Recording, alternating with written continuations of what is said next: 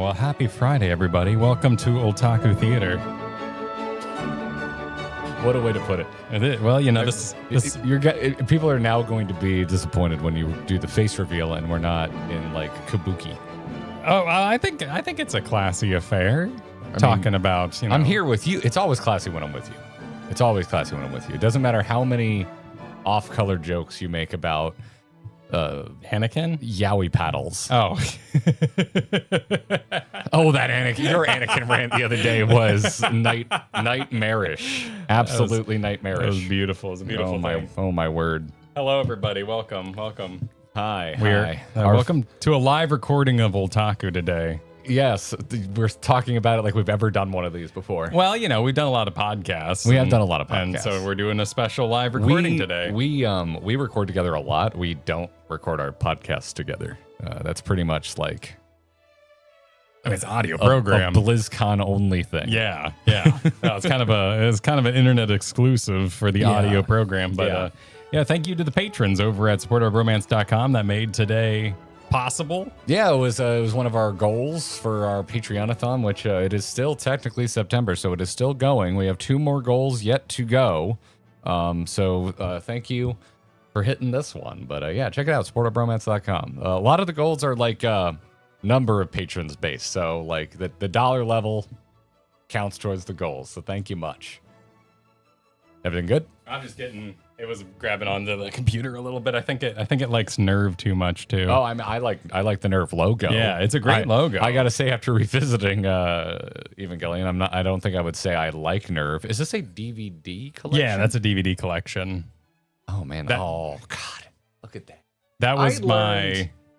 You know, I feel like yesterday or during our Expedition 33 stream, people may have the wrong idea about me. I don't recognize all fonts just by looking at them. And I learned 2 days ago that this is just Times New Roman. It's just squished. They just took Times New Roman and squished the living shit out of it. Huh. It looks good. It's just, it does. It looks, it's to me, it's iconic. This is going to Suncoast Video. And just seeing this and being like, I probably shouldn't watch that. I think this is probably not appropriate for me. $76, I think, at the time. For this? Yeah. That's not bad, actually. We're talking, 2003 when I got it. That's when anime started becoming... It was a birthday gift. I was renting these from Hastings, which is your entertainment superstore. Yeah, we didn't have that on the East Coast. It was New Mexico exclusive, as far as I know. We had basically Blockbuster and then a bunch of mom and pop rental stores. We eventually got Hollywood Video was the Blockbuster competitor. Hollywood Video kicked ass. It did. Yeah, no, they were slightly cheaper than Blockbuster and they had pretty much the same selection. Yeah, no, I ended up spending my final rental. Well, my final rental years were definitely back at Blockbuster because eventually Hollywood Video went up and went tits up, for lack of a better word. Yeah, so this one here, this is the one that makes me go, oh my God, the video store. And I think I was able to get through the first 3 DVDs. And then it jumped to this guy. Wait, you jumped? No, you didn't I watch didn't. them in order? I didn't. The video store only had 1, 2, 3, and then this picture was 6 next to it. Oh, and I was like, holy shit, I need to know what happens. Oh, man. And so for my birthday, when I was, I think, 16, 17, I asked my dad to pick it up, and he's like, that's looking a little violent there. Is that going to be too violent for you? When you're 16? I was a sensitive kid. I returned... Yeah, that's my question. I know the Sub-Zero Adventure game on Xbox. Oh, that game sucks ass. It was ass. That is a shit game. But I also returned it because I was disturbed by it. Had you played Mortal Kombat before that? Yeah, but in a multiplayer friend zone, it was just laughs. But playing it by myself, I got kind of spooked out and grossed out, and I quit. Okay. So, are we doing is this actually the podcast? I mean, are you going to headphone the whole time? No. I'm for consistency's sake. I'm making sure I'm just. Okay. I guess we are kind of getting into it, but thank you all for joining us here today. Yeah. Oh, Bubbly Boar. I heard about this morning too. Bubbly Boar. Yeah. Warframe is getting an Emmett Selk character. Oh, did you not check mod chat? I saw it last night. I had a whole but I hadn't watched conversation. I had it. a conversation with Luke about this. Yeah. Yeah, and so this morning someone messaged me and was telling me about it. Apparently, it's MSQ, so it's like 40 hours deep. So you can't just skip to it, but that's not a bad amount of 40 time. hours is surmountable. Yeah, That's surmountable. That's like just Realm Reborn in Final Fantasy If 14. that, yeah, if that, easy. So yeah, getting to new stuff in Warframe in 40 hours, that doesn't sound bad. No, and he's doing the voice. Like they knew what they were doing, and they want a piece of that pie, and they were going for it. I like it a lot. But welcome all to the live recording here. We got some technology that we're going to be implementing. If I remember to press the button enough to do it, as We'll see how it goes. my first time managing. We'll said see how it buttons. goes. Yeah, We'll see how it be. But a live recording of Old Taco today, as Garrett has just finished. Yeah, do we want to dive into it? Yeah, let's get Want to into dive it. into it? All right. So setup is I've just for years been dying to rewatch Evangelion. I'll wait till you're done in D headphones. Yeah, well, here. There you go. Take it away. Okay, sick. Yeah, so the setup for this is I have been dying to revisit Evangelion for years. And I've seen it once. I saw it once, I think roughly 20 years ago. How old am I now? 38. I think I was 19 or 20. So we're coming up on 20 years since the only time I ever watched Evangelion. And don't expect this to be like a historical breakdown of Evangelion, by the way. Much like Evangelion itself, oh my, you keep changing cameras and I'm making eye contact. Much like Evangelion itself, this is going to be an exploration of my brain while I sit in a folding chair. I'm expecting to vamp. I have some questions I've written for you. But yes, I too am a self-proclaimed fan that invited fellow kids over to my house to show them the most disturbing fight scenes and then went, do you want to watch the rest of it? And they said no. Yeah, because most people don't work that way. A lot of people like to watch things in order. Well, yeah, but the cicadas in the opening moments don't exactly, foster much. I think that first episode's amazing. Landed on the helicopter and all that. Yeah. It's not a bad opening moment. But yeah. I have never, I think, had a actually deep conversation of Evangelion with anybody outside of my wife, Kristen. And I've never watched like a history of, outside of what we've all heard about around episode 16, production began to have some woes, as well as the creator started exploring his own psychology with the show. Okay, I've only heard murmurs of that. I don't know the specifics. Is it around? There's a specific episode? There's a specific episode around 16, which is stated in interviews. However, further interviews have said that it can be as high as 20, where the production costs really got tough for the team. Those first 15 or so odd episodes have a level of unique animation per shot, not even scene. Yeah, that is insane. Even for anime of its time, there's a lot of talk nowadays about the working conditions of animators working on anime, and we're more sensitive to it, and it's a double-edged sword because obviously we don't want people to suffer for their art. But I kind of love experiencing art where someone suffered making it. Like you pour yourself into some of the best, like throughout history. If you appreciate any art form, some of the best art came from really bad conditions, whether for a singular artist and their mental state, or multiple artists and the working conditions that they were subjected to. Endless quotes. The sculptor and the artist. Seth Green being unable to sleep because he kept a notepad next to his bed for Robot Chicken ideas.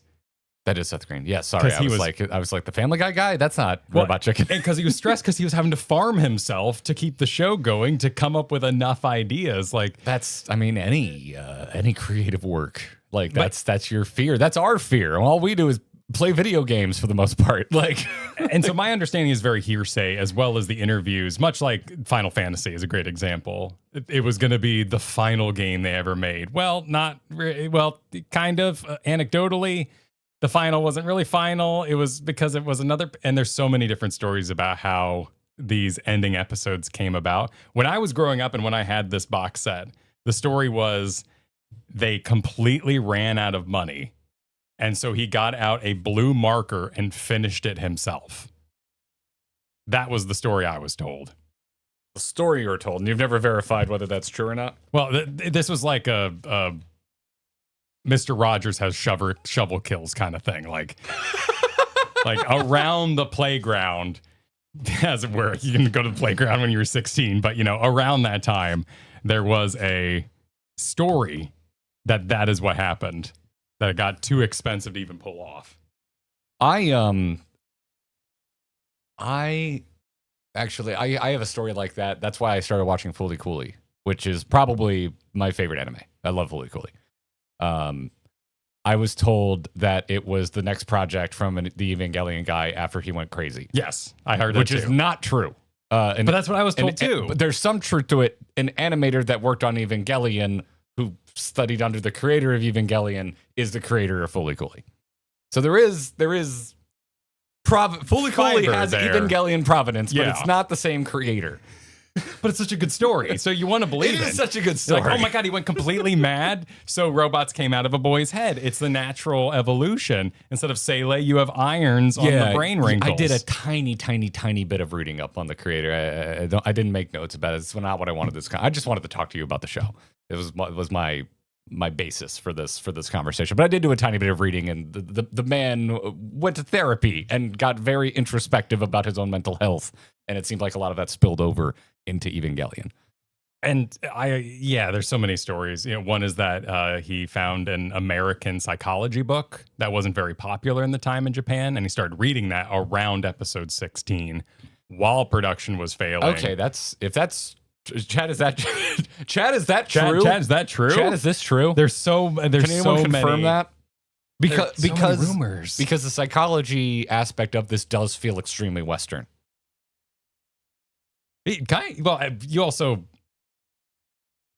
I don't have a ton of personal experience with going to therapy. Probably should.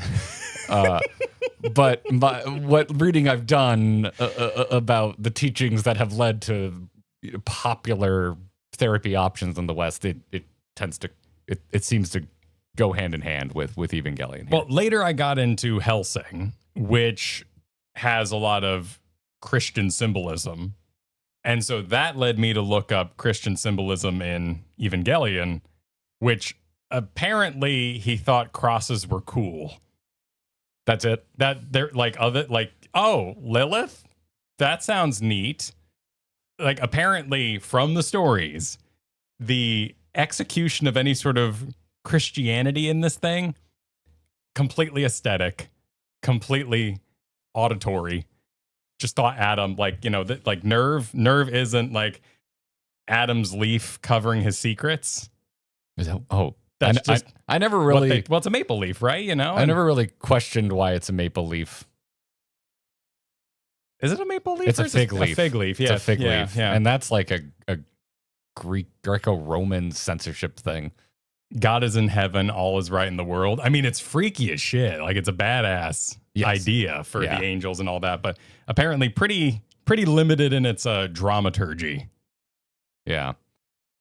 No, it's interesting. The psychology would be very Western in nature because that's what was available. BMJ say it's worth remembering that in Japan, especially in the 90s, going to a therapist would have been something you would never talk about or admit because of social shame. I mean, that's true. I think only recently here people feel comfortable admitting that they're going to therapy. Yeah. It's just not something. And it's personal comfort if you're even comfortable talking about it in the first place. You could also find a lot of available resources online. You can find people very specialized in certain. It's a lot easier to find a specialist for what you're going through now rather than general therapy, which is a lot more like, get out there, champ. You can do it. Psychology or psychiatry. Yeah. There's a difference. Right. Yeah. But everything I've prepared for you in my little vampire interview today is entirely just your thoughts. Oh, wonderful. Yeah. No, I'm not going to ask you. I'm not going to quiz you. Yeah. Because frankly, I don't really know the answers either.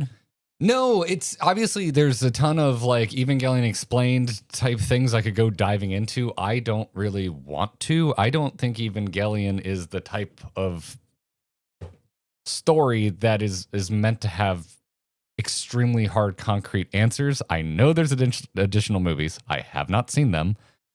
I will be watching End of Evangelion, and we'll probably do another one of these when I do that. But I think I'm going to stop there unless you get really excited and want to then consume literally every retelling of Evangelion that has ever been made. I have an outside. I've watched the first episode of 2.0, and to me, it's a fanfic. There's a whole new pilot that has glasses, and I'm like, cool. Someone had a crush on someone with glasses. Like they put a pilot. Yeah, that kind of stuff. I'm not particularly interested in. Although I'm becoming more interested in it in a completionist. It could be, and there's new angels, and the robots are computerized, which is a big bummer, but I'm getting better at it. The Chainsaw Man changed my mind a lot about what could be done with computers. Dan to Dan uses computers quite often. There's a lot of anime nowadays that use it really, really well. The most modern one that really made me mad with what I thought was horribly subpar 3D was the ending of Cyberpunk Edge Runners. It's just, that is such a phenomenal 8 episodes, and then those or however many episodes it is, those final 2 episodes I think are like borderline. Yeah, the car blender and all that. Yeah, it's let's watch cube-shaped cars for half an hour. Cool. That's exactly what I tuned into the show for. Yeah, it's a weird, like I don't know if I want the frame rate to be lowered to animation or just give me smooth, because who gives a damn? To me, 3D works the best when you handle it as if it was 2D. You make a 3D object to save yourself a ton of time and animation, particularly on things like vehicles or any sort of like highly geometric. The horses, oh my god, 3D horses really bother me. So much is because it's a biological looking bit. Yeah, like you lose so much in gesture and artistic expression when you 3Dify something that's organic versus which is why I think you should focus more on 3D on man-made objects. Chainsaw Man gets away with it because they just do a really good job. They just do a really good job. I want more studios to do the Spider-Verse thing and mess with frame rate. Yeah, it's very good. The K-pop Demon Hunters does a phenomenal job with that. I haven't seen it yet. You got the subscription. Make it happen. That's not what we're talking about today. Anyway. So been, I don't know, 18-ish years since I've watched Evangelion, and through this rewatch, I'm not sure I actually saw the final 2 episodes, or I horribly misremembered and warped my own memory of what the final episode was. I thought the final episode was Shinji on the subway becoming really introspective. And the final 2 episodes are Shinji becoming very introspective, but he's not on the subway. He's in the hot seat. You know, he's in the folding chair with the spotlight on him. You're talking about the ones with the bum, bum, and like the dripping water and like, where he's just like he's on a train, like Ray stands there sometimes. Sometimes Ray is with him. Yeah, sometimes him as a child is with him. Yes, that's what I thought the ending was, and So that's interesting. My personal story with finishing Evangelion was it was college. My roommate at the time had this exact box set, which my God, I'm just now remembering. And my girlfriend at the time was away on, what is it where you work but they don't pay you? Internship. Being a millennial. Internship. Yes. She had a summer internship, and I was so not in a good place. Great time to watch Evangelion. Yeah, you should watch this anime at peak depression. So that was post school for you, right? You were out. No, it was rocketing towards my final year of college. Okay, so summer before my senior year of college. Still considerably older than Shinji, but not mature. Yes. No, I was not a mature person at all. I was basically vegging my life away playing World of Warcraft all the time. Did you relate to Shinji in that time? No,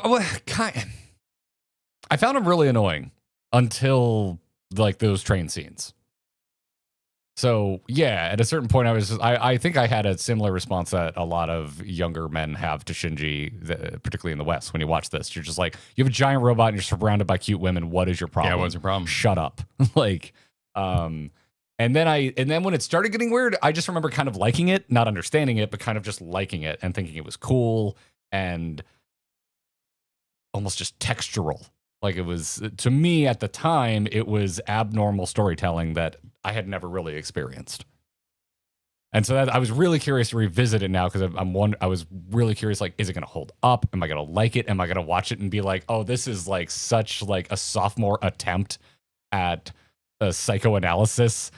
Like that was my big thing going into this. Really, it just came about that I'm going to Japan in about a month at the time of recording this, and my wonderful wife Katie doesn't have a lot of exposure to anime, and I made the mistake of, when we moved in together, of exposing her to probably not the best first things you should try. I tried showing her this, I tried showing her Fully Cooley, and she was like, "This is nonsense." Just no. And then one day I was just folding laundry, rewatching Death Note. I have rewatched Death Note so many times. We all have those. Love Death Note. Rewatched it a billion times. And she walks in. She's like, "What's this?" And I was like, "Anime called Death Note. I figured you'd think it was stupid." And she's like, "This seems kind of cool." And I was like, "Sweet, backing up." Just reset it to episode 1. And that's how I started to get her into the medium. And so now here we are, many, many years since all of that went down. I was like, "Honey, we're going to Japan. I am going to get excited every time I see anything in a retro store from Evangelion, and I just need you to have any basis of understanding of what this property is, because I really like it.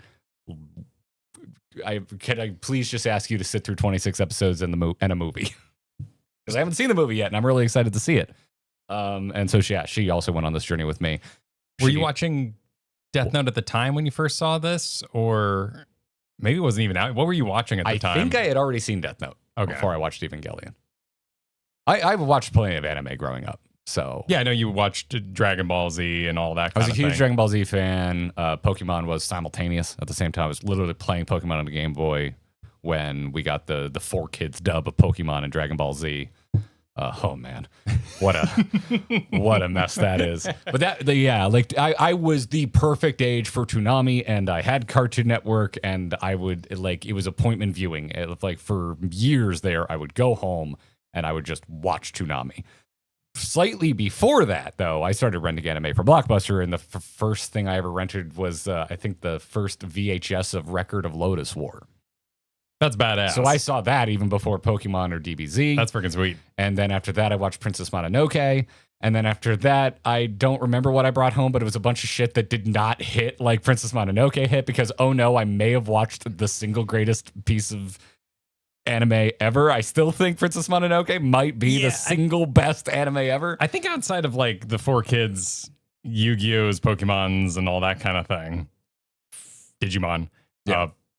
Princess Mononoke is probably one of the highest recommends for your first movie. It's just so good and so relatable, and it has a very good English dub. And yeah, that too.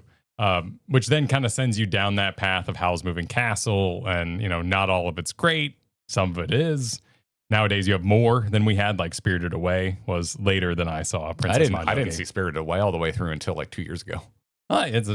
I was dating a girl for a while that was like, all you've seen is Princess Mononoke, and then she threw on Howl's Moving Castle, and I hated it. I might like it now, but at the time I was like, this is so boring. It's very where is the haunted, disgusting monster animals and bows and arrows? Like, he's the monster. Which I usually like. I should probably revisit Howl's Moving Castle now that I am a grown-ass man with significantly more mature tastes. I would be interested to hear your thoughts on it.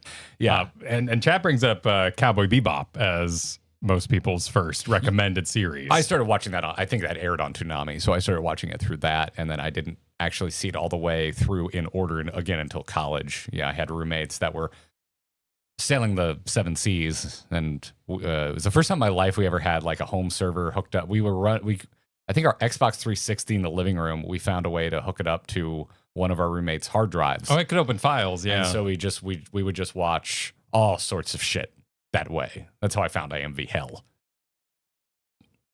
Okay, so Now that you watched it a second time, all the way to the end, the one I'm most curious about, did you still think Shinji was annoying? Overall, I'll just give it away right now. I think the show really holds up. I think the show is surprisingly good, even in a modern sense. I think it is actually surprisingly deep, which I was surprised about. Like, I don't know. I thought its attempts at introspection were going to ring a little childish, but I think it's actually pretty good. I think if you learn some lessons from this, I'm not sure it would. I think it's more likely to make you a better person than a bad one, which is a thumbs up from me. And I really like Shinji. I think Shinji's a pretty well-rounded character, and I found him significantly less annoying than I did as a teenager. Like, we've talked about this on stream a million times before I even started rewatching it. That thinking back on Shinji as an adult, you're like, of course he's the way he is. His father is a soulless monster. Like, he has one of the worst fathers in anime, and that is a tall order. There's a lot of bad dads across the medium of anime. Right, but like the most you can receive as a kid is he's too busy.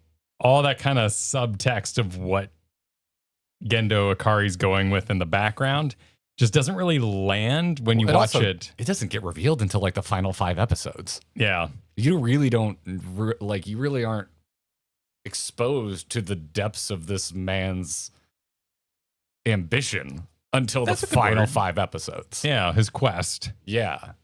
Like, he's, although even that's interesting when you like, I've got episode by episode notes here. I don't know how deep you want to go, but when you get to the, what is it, episode 21, if you're going with the original cut.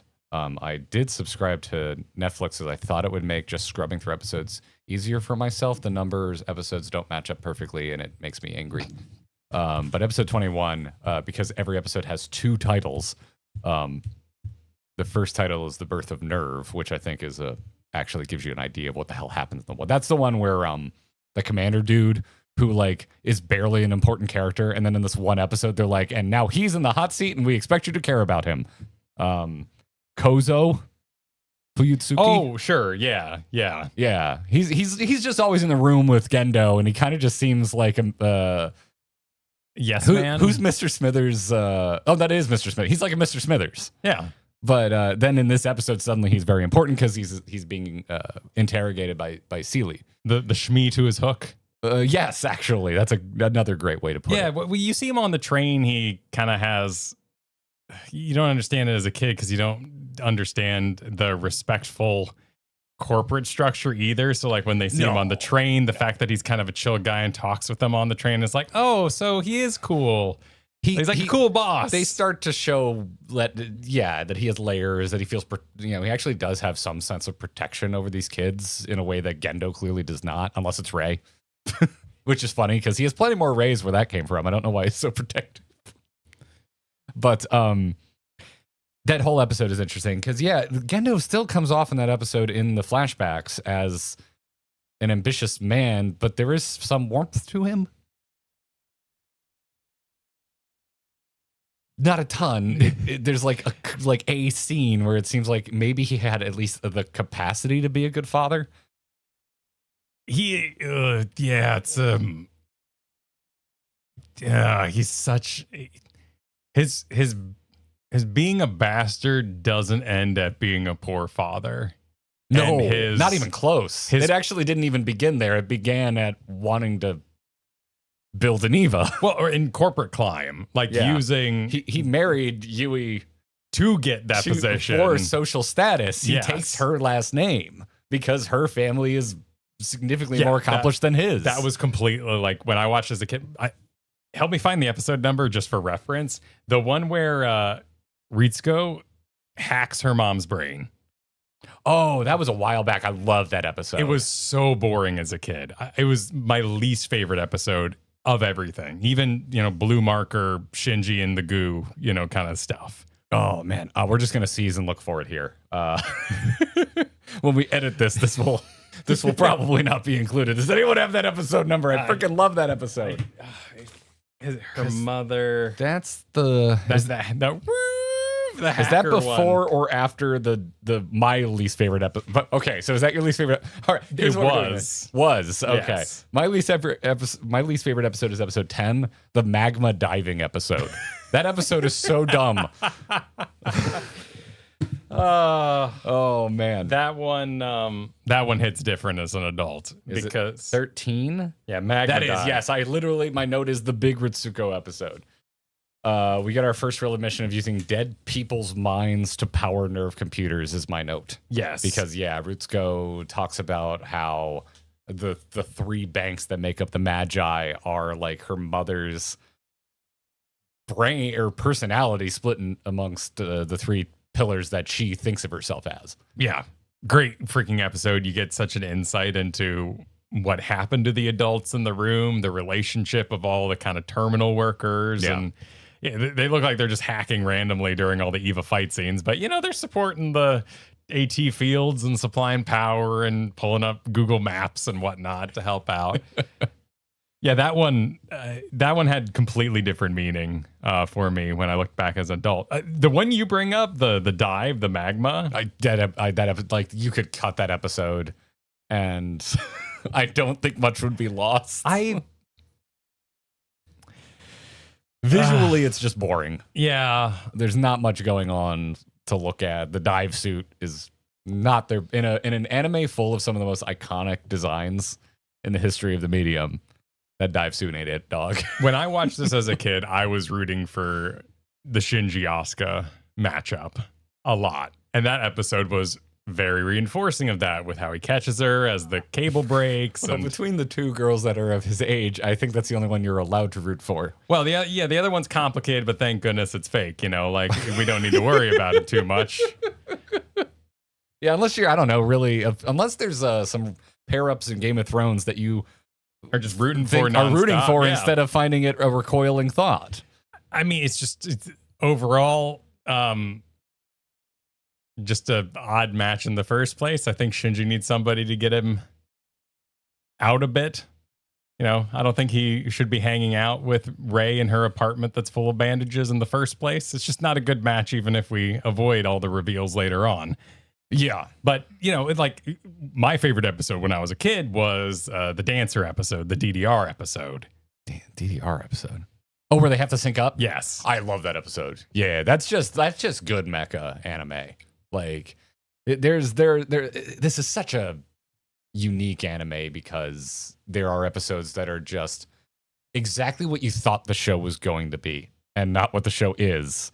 Because I think a lot of people's experience with Evangelion is going in maybe at a younger age, particularly if you're the age we are. If you're a millennial, you probably entered into this because cool robot anime, let's go. Oh, yeah, that's the selling point. And it probably stuck with you because you realized, oh God, I have horribly mischaracterized this show. That's not what it is at all. But particularly in like the first 10 episodes, there are really straightforward, awesome mecha action experiences to be had. And that's one of them.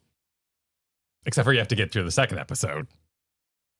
Love the second episode. So, well, the second episode's freaking badass, other than the fact that it was terribly disturbing for the poor kid. Well, for Shinji, yes, but Yeah. it's really well done from a storytelling standpoint. The fact that episode 1 ends the way it does, we were just like, wait, it's over? What happened? And then episode 2 is Shinji in the hospital, slowly piecing together what actually did happen. And that was really cool in rewatch because, as I just said, I feel like my experience watching this when I was, 19 or 20 was, oh God, this is not at all what I thought it is. In retrospect, that second episode kind of just tells you what you're in for from the get-go.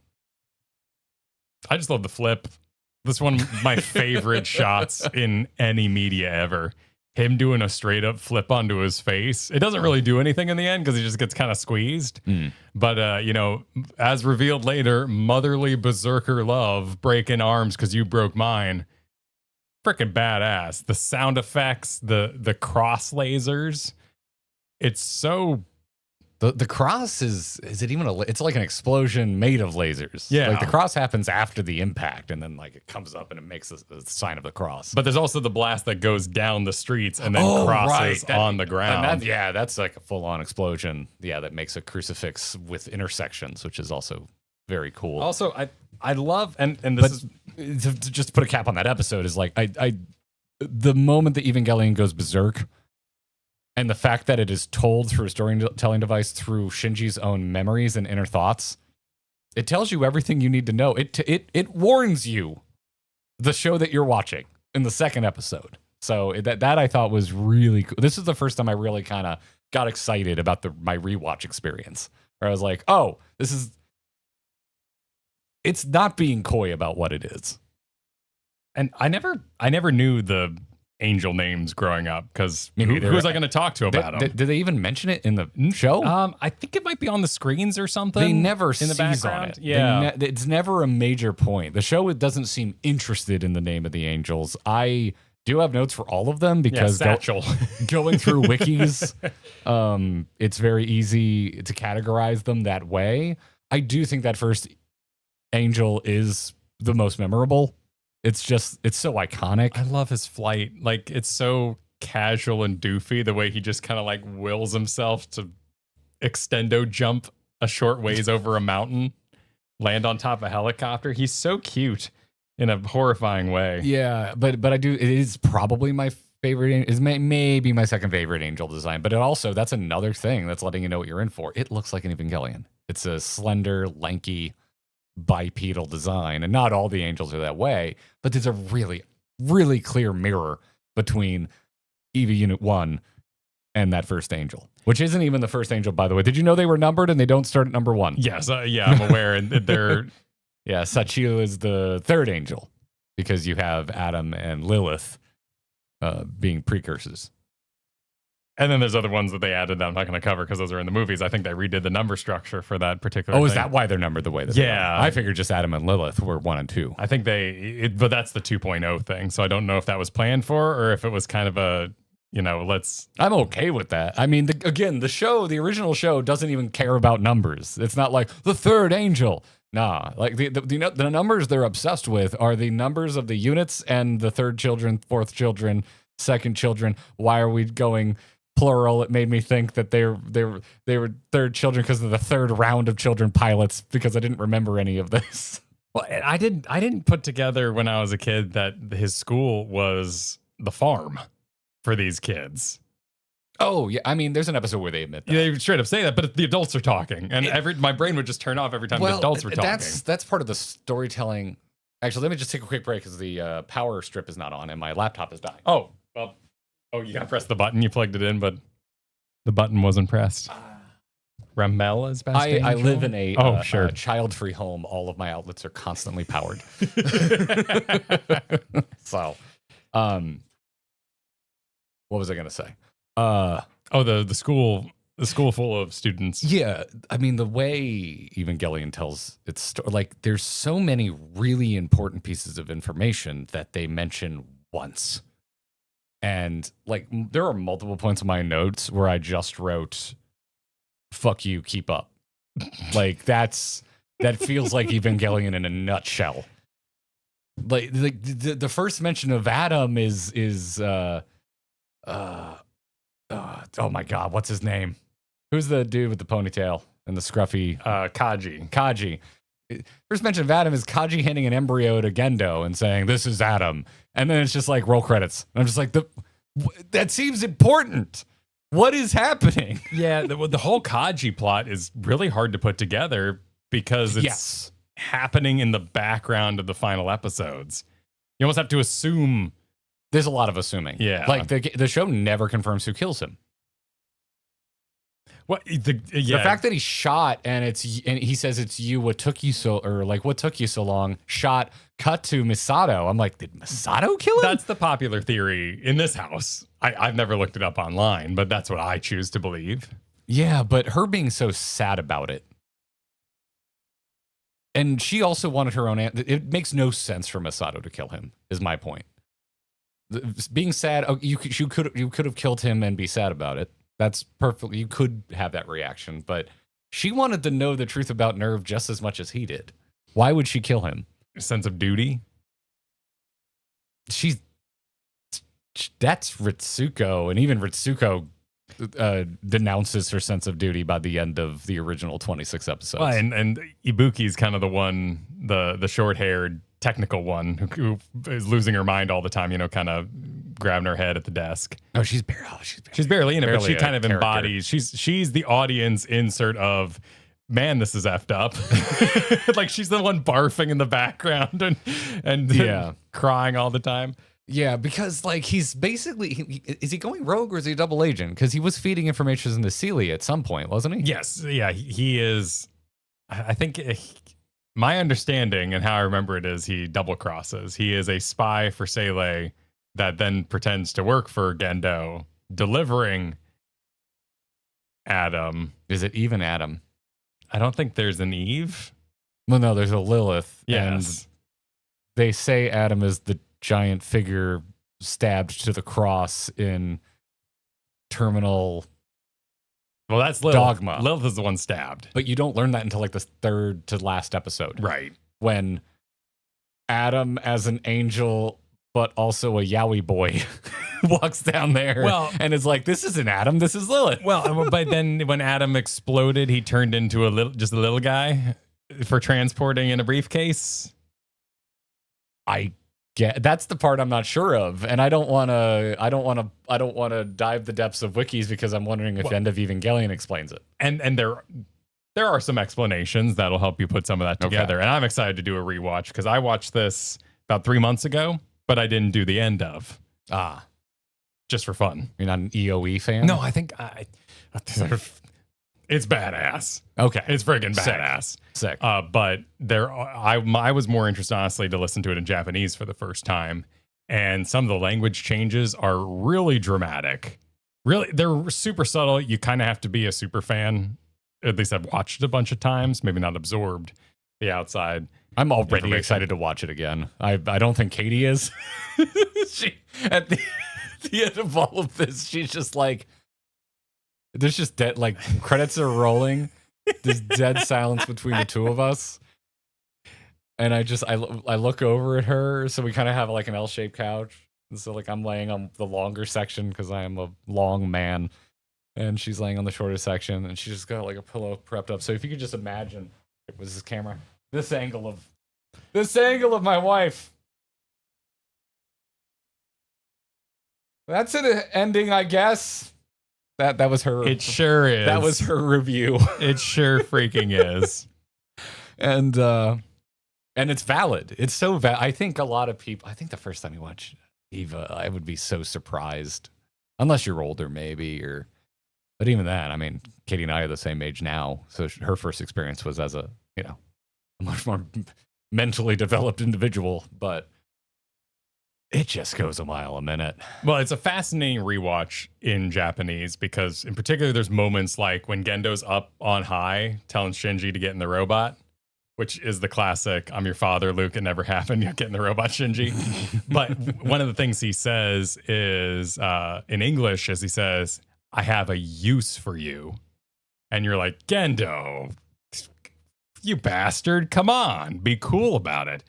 But in Japanese, he says, because I have need of you.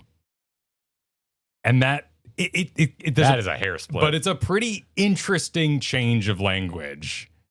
And it makes, to me, Shinji's getting the robot and that kind of started putting together how badly he wants his father to like him. The whole hedgehog's dilemma, as they say it in the movie.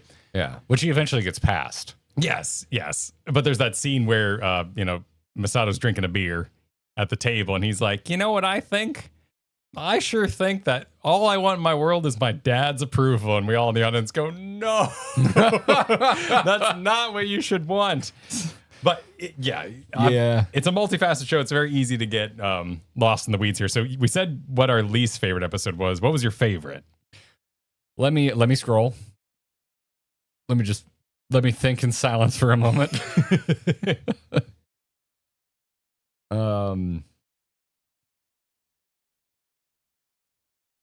Episode 19. introjection. I think you're going to agree with me. That's where Shinji quits. That's where Shinji becomes his own person. When he punches through the wall. Well, that's the awesome ending. Yeah. That's the cherry on top of an episode I probably would have already liked if there was no action. The fact that this episode has my favorite character growth in the entire series, which is Shinji. They copy paste the episode where he quits, but he quits for the right reasons, as opposed to the wrong reasons. Early on in the series when he quits, he's doing it because he's basically a crybaby. He is a child. He is having a tantrum. He's not getting what he wants, so he's leaving. In episode 19, he leaves because it's what's right for him, because he realizes he no longer needs his dad's approval and that he doesn't approve of his dad. And that's awesome. Oh my God, that's awesome. What a phenomenon. This show is incredible. And then he's in such a damn hurry, goes in the Eva in his damn school uniform, rips through a wall and punches the shit out of the angel.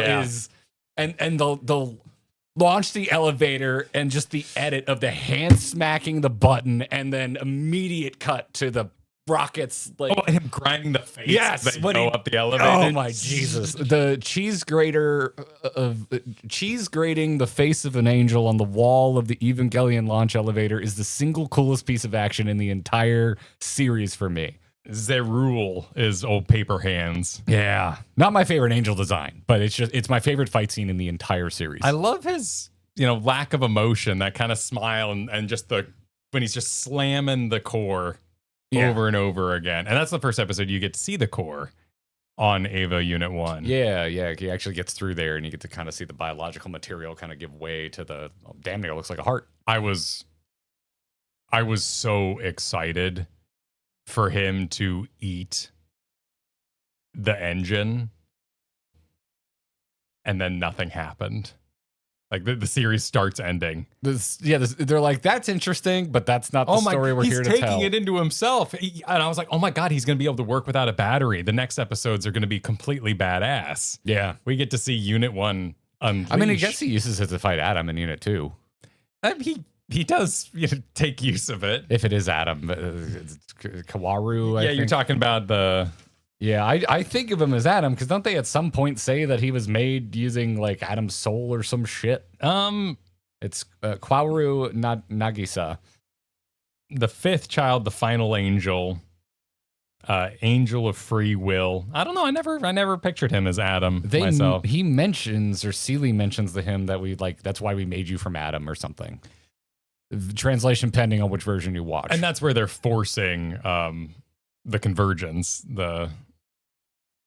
What did they call it? What was their Nerve or Seeley? Well, everybody wanted it. They just wanted it in different ways. What, the Human Instrumentality Project? Human Instrumentality Seeley Project. seemed not for it. Like, maybe at the end, maybe I'm misunderstanding. Seeley was totally down for it until Gendo just kind of started playing God. Who's your favorite Sele member, and why is it number 7? I don't remember, because they're only shown as people like 3 times, and then with no explanation, they're obelisks. Well, funding, right? Like audio mode. They're on a group call, Funding. It was already drawn, and it was one of the few things in the opening like 15 episodes where they would reuse animation. Yeah. Like, so you already had it drawn. Just use the damn same drawing. It was so perfect. I freaking love them. That goal cosplay is just to go as an obelisk someday, and just that made Katie so mad. The first time it cuts to the obelisk, she's just like, "What is going on? Why?" Animation is expensive. That's where this comes from. I like how it looks. It's really, it is really imposing, but. It's really annoying. Well, yeah, and Gendo's sitting there, but they're all obelisks now. But you can still hear the voices are enough. Like they are. You have a conniving one, the general one, the Weasley one. Like it's I ended up rewatching this in the dub. I watched the first episode in the dub, and then I was like, I don't think they're talking too fast. Let's watch in Japanese. We watched a few episodes in Japanese, and then I was just like, these characters are the English dub to me. I think I'm too attached to it because that's the way I watched it the first time. And for the most part, I do think it's a pretty damn solid English dub. However, Seeley, though, it's like they grabbed alumni from the old G.I. Joe cartoon. It's and very said, hey, you're going to be the evil, mysterious government body in one of the greatest anime of all time, and we just don't care what you sound like. And well, they were perhaps a little too knowledgeable of their role in English because they were very much like, hey, you're villains, by the way, make your villain voice. yeah. Which, yeah. to be and fair, it kind of kills the subtlety. When you listen to it in Japanese, they're more like government kind of officials. They're talking formally, but it's very in that like yokai kind of like, but we have an ace up our sleeve. It's style. knowing. It's really on the Yeah. nose. Whereas Gendo is like exceptional in the English VA. Well, Masato in English is Misato. that is the voice. That is her. And I think I'm coming out of this with like her being my favorite character. I remember in my original watch, I was just like Asuka all day, every day. Asuka's the coolest. I still left this with Asuka's the coolest.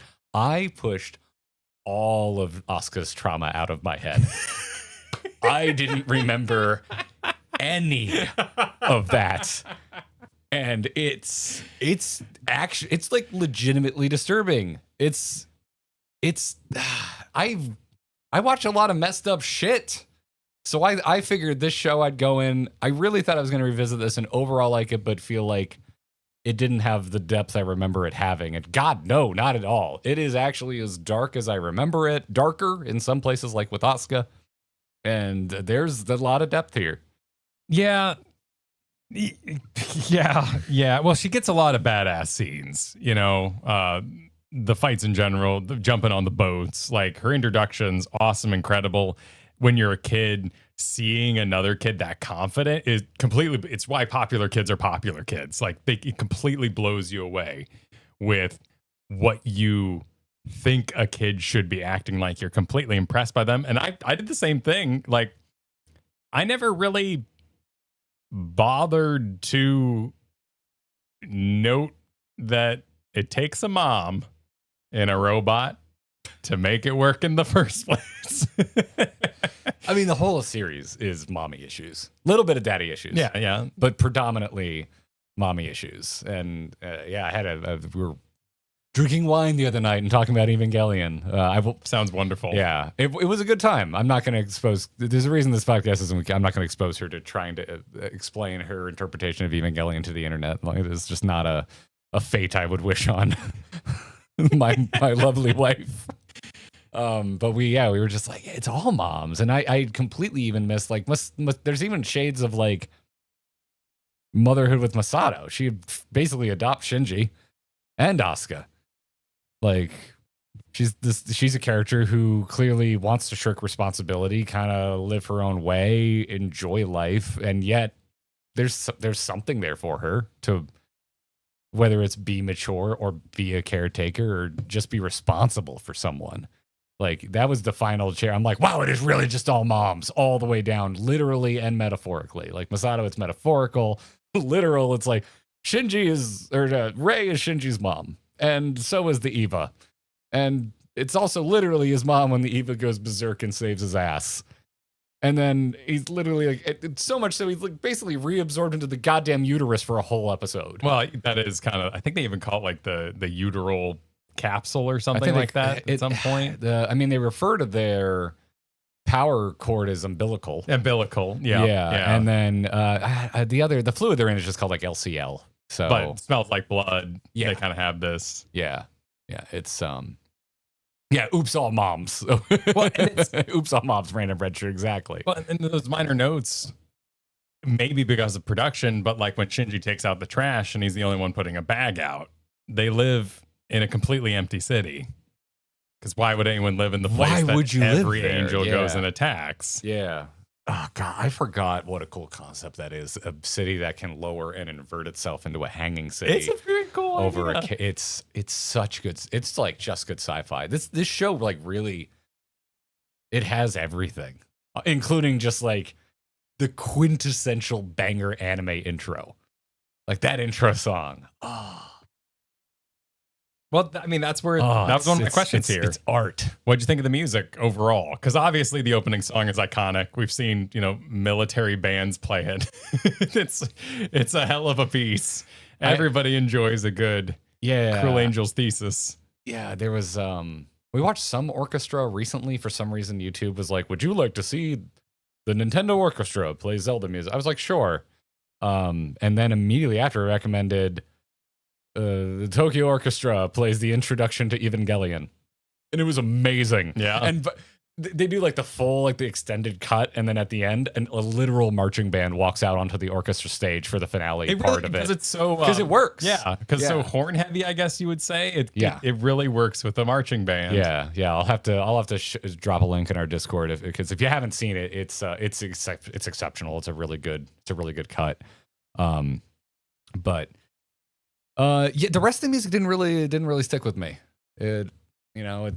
It's serviceable. It's not like there's hooks that really. There's not like a theme song beyond the intro that I end up like humming. Yeah, like our closest thing to a Godzilla theme would be that. And it was usually that song would play when he was awakening, becoming like that. But otherwise, it is the sound effects in general are dated in the best possible way I can possibly say. If you look up nostalgic sound effect in the dictionary, you will probably find the metal clashing noises in Evangelion. The robot. Power-ups. What stuck with me was the sound design. There's so much overlapping background noise in this that I just don't remember picking up on. I was rocking. I have like a sound bar. It's not an amazing system, but I was turning on my sound bar and subwoofer every time I turn this on, and I recommend it. And it makes me want to drop a lot more money on a better sound system. So, yeah, how did they do something special with the 4K edition? No. It's not 4K. There's no 4K release of this, which bums me out massively. Blu-ray? I bought the Blu-ray set, which comes with End of Evangelion. If you want to know the version that I watch, I've gotten pretty into physical media the last few years because I'm just so sick of trying to track shit down on streaming and end up paying more than I paid for cable 10 years ago. Like, I'm really, really over it. The Blu-ray release is very good. It's a really good transfer. I have the nicest piece of tech I have in my whole house is my TV. I love movies. So I have a pretty damn nice 4K OLED TV that I watch things on, and that's what I watched this on. And it looked amazing. Even just the 1080p transfer on my 4K TV looks really freaking crisp. So if they ever re-release this in 4K, that's going to be money that doesn't belong to me anymore. But I can't recommend it enough, and it's not that expensive. I think I got it for like $35. It's like the whole series and the movie. Really? Yeah. Damn. Yeah. Well, when this came out, that was a good deal. You said it was what, $75? There's a lot of discs. Yeah. When anime was in VHS land, it was not accessible. You could get it in the West, but it would have been like $70 for a single tape. And oh yay, I get to see 5 episodes. Thanks. You would have like gone bankrupt trying to watch anime on VHS in the West back in the day. All right. What was your favorite angel? Oh, Mike Dead Kyle. Mike Dead Kyle? Oh, you're right. I did die. Oh no. Oh wait, there we go. I guess it just wanted a little touch. Oh shit. Do we need to redo that conversation? I think I was just agreeing with you the whole time, so we'll just keep it there. Because it's not because his mic is dead, but because he's saying something unbelievably obscene. That is the Kyle way. That got censored. It is the Kyle way. So, favorite angel. I'm okay if you just say the one with the tentacles, the one that spun in the air like a helix, or boy. The fifth angel, Ramiel, the chromed out diamond. The one with the sniper rifle? I think they do snipe that one. Yeah. That whole episode's really good. I really like that episode. But yeah, I love that one. It's just like this unknowable object. I love things that are freaky but simple. And so just this mirror finish diamond floating down the streets of Tokyo. And it actually being effective with the feeling of dread. I was just like, hell yeah. Gets out the little drill and just starts doing its best. Yeah, it's creepy. I like it. and I love because it shows up at the end of an episode, and then the next episode is pretty much the whole episode is dealing with it. And I love that episode where Rey and Shinji have to work together, with Rey being a tank with a giant mecha shield, and Shinji drawing the entire power grid of Tokyo to fire a gun. Again, it's one of those moments where you're just like, it's not just a mecha anime, but when it decides to be a mecha anime, it is one of the best mecha animes. Like that's really good sci-fi. That's really good mecha. The size, the sense of scale, the way they run. It's so freaking cool. Yeah. All right. So best fight scene. I've already said that. Episode 19, the elevator fight scene, that whole thing. Shinji shredding the tentacles with the fingers of the Evangelion and then grabbing it and pulling the angel in his face. That's that fight. Nothing comes close. I feel like that fight scene is so much better than anything in the entire series. You don't get a lot there, but in the terms of aura farming, I do think escaping from the ball and striking the "I'm covered in blood" pose is pretty sick. Yeah. There's a lot of good aura. My favorite aura farm moments for Unit 1 are usually when it's walking toward the camera after being victorious. Episode 1, I think it's got the fire behind it, and later, I think about halfway through the series, there's that much smokier version of it kind of standing in between, where they choke in the composition even more. It's already a 4:3 old school TV ratio, but they literally just paint black silhouettes for the skyscrapers on the right and left, and they really choke in to make this really thin slice vertical composition. And it's beautiful. That silhouette, the shoulders, the little horn, the way his hands kind of droop when he walks without purpose. Yeah. I do remember watching when I was younger being annoyed with how human-like the mechs were. I was very Gundam wing-brained going into this. And I haven't seen that much Gundam, but 08 the Mess Team is my favorite Gundam, and that one, they move very much like giant, heavy machines. And that's how I typically prefer my mecha to move. What's the Gundam where they're just in a mocap suit doing DDR to fight? A lot of people love it. That just happens. I can't even begin to get into that one because I find it ridiculous and I don't like the way the Gundams move. My point of relation would be Dynacore, which is a Korean kids cartoon, so I can't help you there. But G Gundam, I know it's beloved. I'm not trying to do a hot take. It's just like a personal thing. I just find the whole thing aesthetically abrasive. I mean, the Pacific Rim.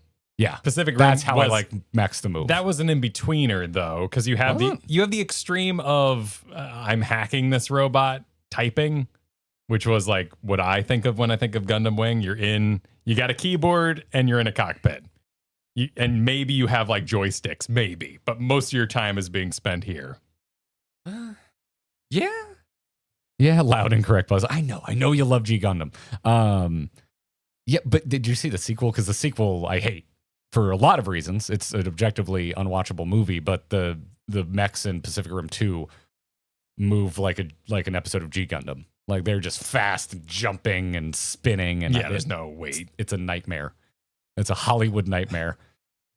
But in my rewatch, I love the like frenzied beast nature of the Evas. Like I really liked it this time. And I don't know, probably I think I was intentionally going in with an open mind, being like, I basically hit play. I'm like, please don't hurt me. Like if I was going to be, we wouldn't be doing this if I didn't enjoy it. Because I wouldn't want to sit here and put Evangelion on blast for more than an hour if it had kind of shown itself to be something that doesn't hold up for me. But if you don't like it, you're not gonna pay attention to what the teacher's saying in the background while Shinji's looking out the window. Like that's some of the best points of actual plot or lore that you're going to get in that show. Like the trash bag. And that's part of the sound design. There's so much overlapping talking, which is another reason we stopped watching it in subtitles, because it was literally, there was a scene in, I think, episode 2 or 3, where there's 3 separate sections of subtitles happening at the same time. And I'm like, you know what? I'm out. Just watch it more than once. You know, that's the investment. Nope. Sign yourself I'm gonna watch up. the dub. I'm gonna watch the dub. And I to me, as someone who enjoys sound design, I like it's harder for me to appreciate it when all of that's going. It's easier for me to appreciate when some of the background speaking is in the language that I do speak. But yeah, a lot of it comes down to with that was like just background noise. They do the sounds of just like the trains and the electrical buzzing. The cicadas are all over that damn thing. And while I was watching this, we had cicada season here in Florida. It was a big one. Yeah. And actually, multiple times, Katie and I would go out.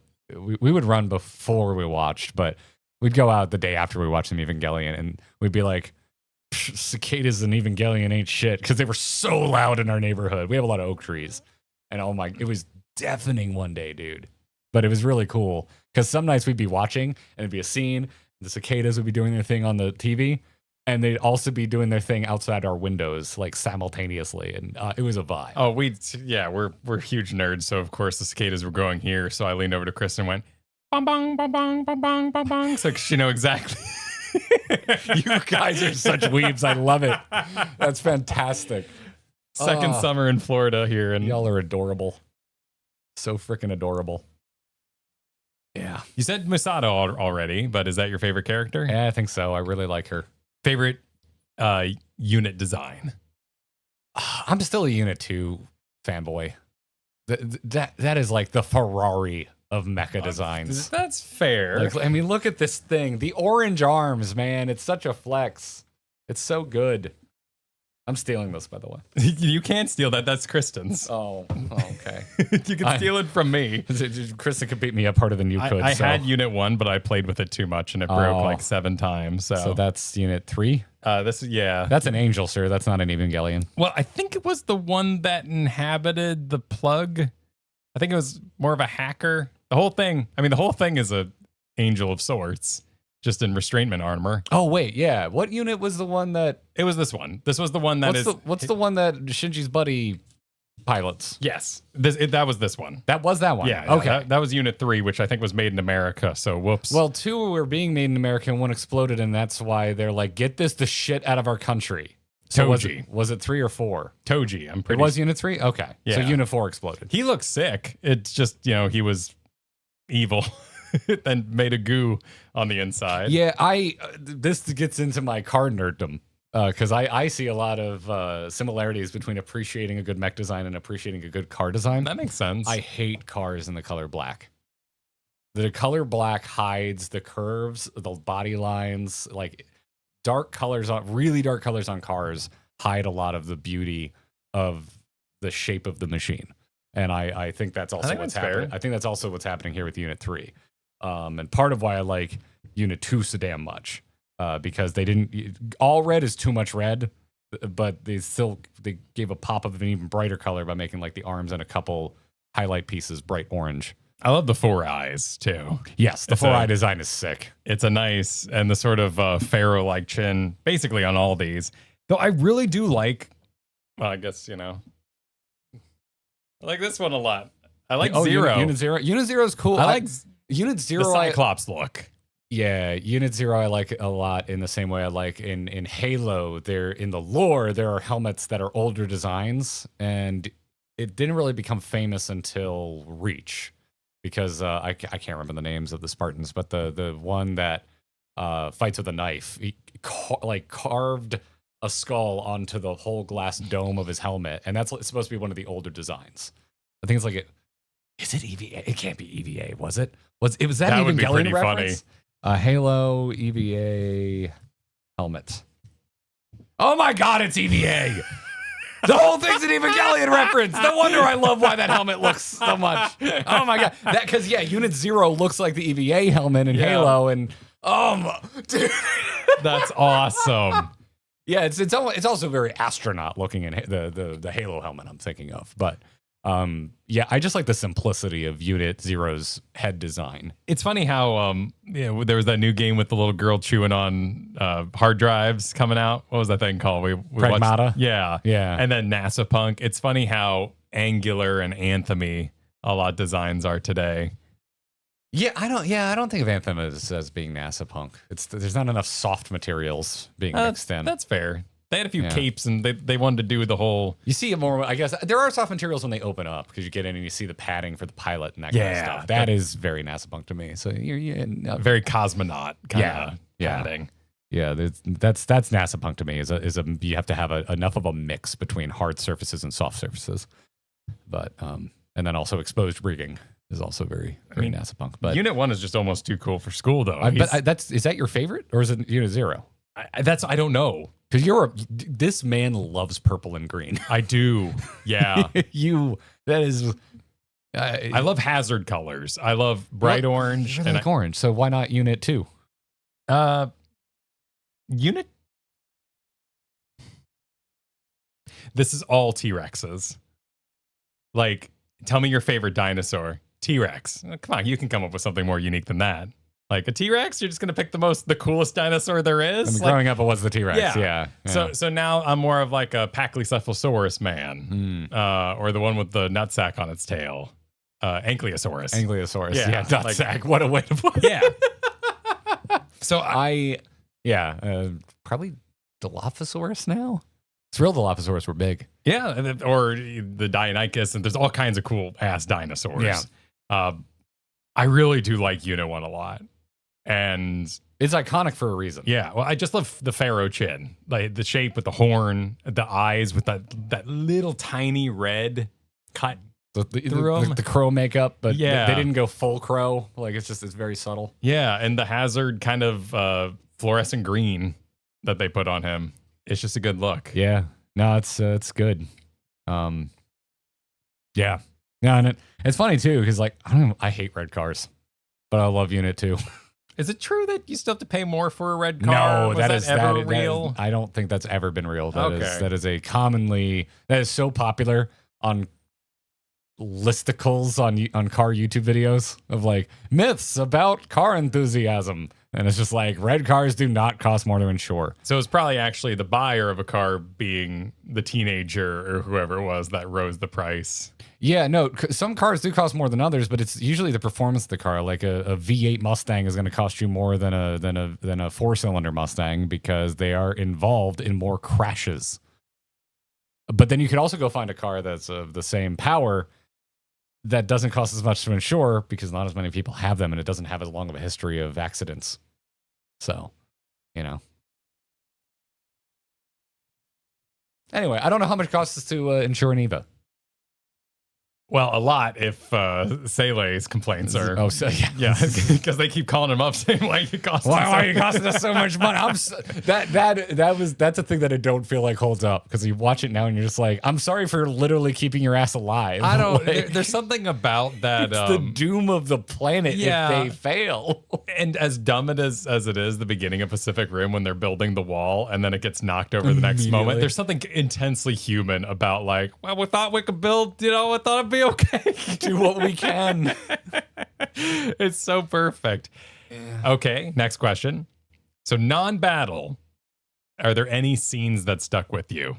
Oh God, there's so many, man. Where do you even begin? Well, let's start with the disturbing angle. Was there any scenes that like straight up just kind of disturbed the whole you? Asuka episode? Because they each end up facing an angel that attacks them psychologically. So you have like the Shinji psychological episode, and then in back to back, you get the Asuka and the Rei psychological episodes. Well, who'd you say the Rei psychological episode? I mean, it's literally the episode title is Rei 3 because it's the third Rei specific episode. That's the one where she sacrifices Unit 0 to save Shinji. The one where she's getting absorbed in the double helix. Yeah. I call it the tentacle angel. Yeah. With the animation, that episode is amazing. By the way, I do not want to be the animator that had to draw the vein effect. Oh, the vein! It's so sick the way, and it happens to Rei all the way up to her neck, and then they even do it to Shinji. I'm like, some poor bastard had to sit there and draw vein by vein, frame by frame. And it's such a well-executed effect. It's such a great scene, too, because you have the earlier Shinji, that's not your real arm moment, where he thinks he's being grabbed. Yeah. And then to have the robot getting infested, and they're getting infested at the same rate, really makes you start to understand that 400% absorption that goes on. Yeah. It's good. Yeah, I mean, disturbing yet, just the whole Asuka episode. It's just like horror movie shit. When Like, was that? What number was that's that one? like very, very far toward the end. Yeah, we're starting to get into where she's just kind of giving up. She's desyncing. That's episode 22 out of a 26 episode. Oh run. yeah, okay. So yeah, it's called At Least Be Human, Don't Be. So yeah, it's and then she gets lasered from heaven by Ode Joy, was it? Was that the song that attacked her? oh god, I forget.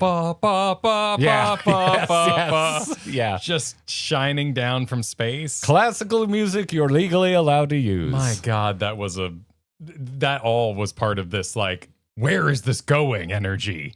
Oh my, he ate the engine. Now we lost the Lance of Longinus.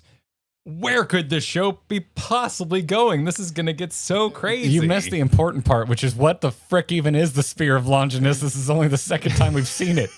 And now it's gone. But Ray walked real cool down the hallway with it. It's a cool scene, and they explain nothing. And they recovered it from somewhere. How long has Lilith been down there, I guess, growing?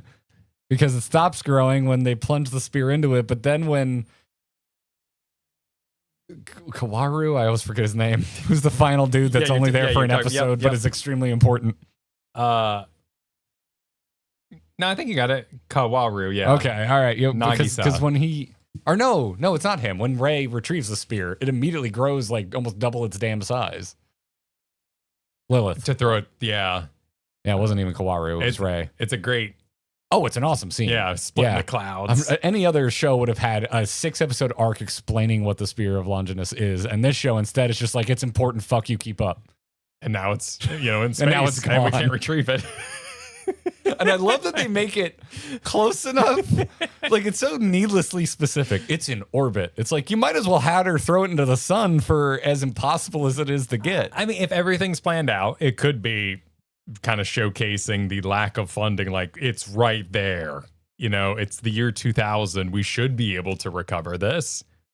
But the whole Earth is dealing with a post-apocalyptic event because all of Antarctica melted and took, I don't know, probably half of the landmass with it. Yeah, I'm not sure. Love the little touch when they go underwater and you see old Tokyo down there. Like, oh, yeah, that's and I don't sick. know my topography of Japan well enough to be like, oh, we're up in the mountains now. But A lot of it takes place in Hakone, which Katie and I are going to spend. That's where we're like doing our romantic portion of our Japan trip that's coming up because it just looks really nice. And Mount Hakone overlooks Mount Fuji. So I don't know much about Japan, but it's a mountain, so it's elevated. It would make sense. Like Hakone is pretty close to Tokyo and significantly higher above sea level. So that's, to me, I was just like, hey, I know, because those are the mountains that we're going to be staying in while we're in Japan. Hey, that makes all the sense in the world. to me, it will always be the activation of the dummy plug, the flashing face of Rey before Shinji rips the shit out of his own friend, who is definitely able to feel himself being ripped to shit. Oh, yeah. Yeah, that's pretty messed up. I mean, all of it. The very first episode where the angel crushes the bicep and it cut to Shinji screaming and holding his arm. It's just like, there's a visceral quality to this that really holds up. But yeah, I like a lot of the character scenes. Pretty much like, because I really like characters and I like anything to achieve a good sense of heart.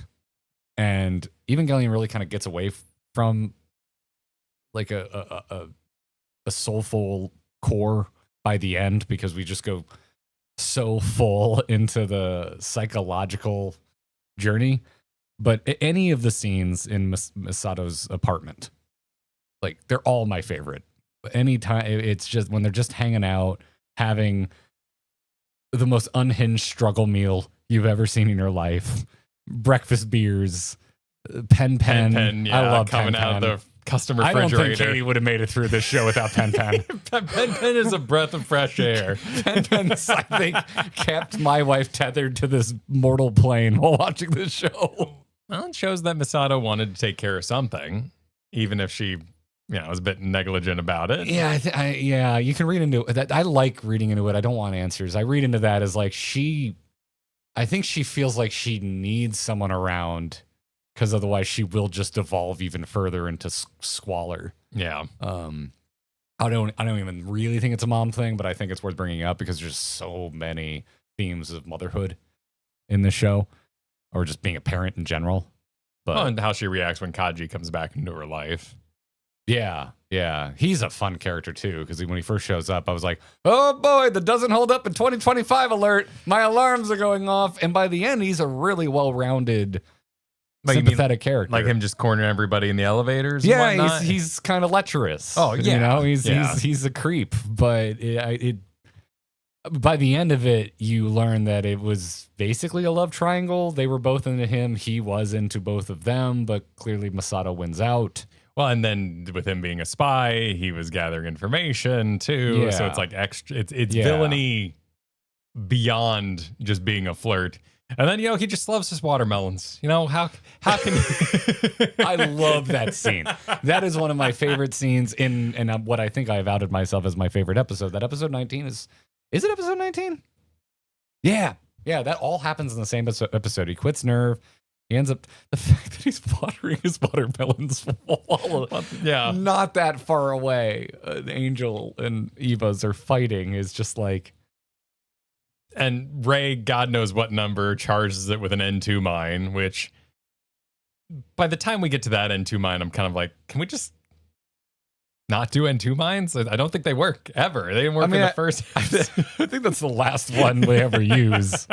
And no one had tried it that. I guess it's to slow them down directly. sometimes, make them regenerate. Well, I'm assuming she thought she could maybe push through the AT field or something like they've done in the past. But it doesn't work. It doesn't kick it. She's a bit new at it for the third time, fourth time maybe at that point. Yeah. No, just all the scenes on Masato are great. That watermelon scene with Kaji, I was just like, oh shit, I really like this guy. I thought I didn't want to like him, but I do.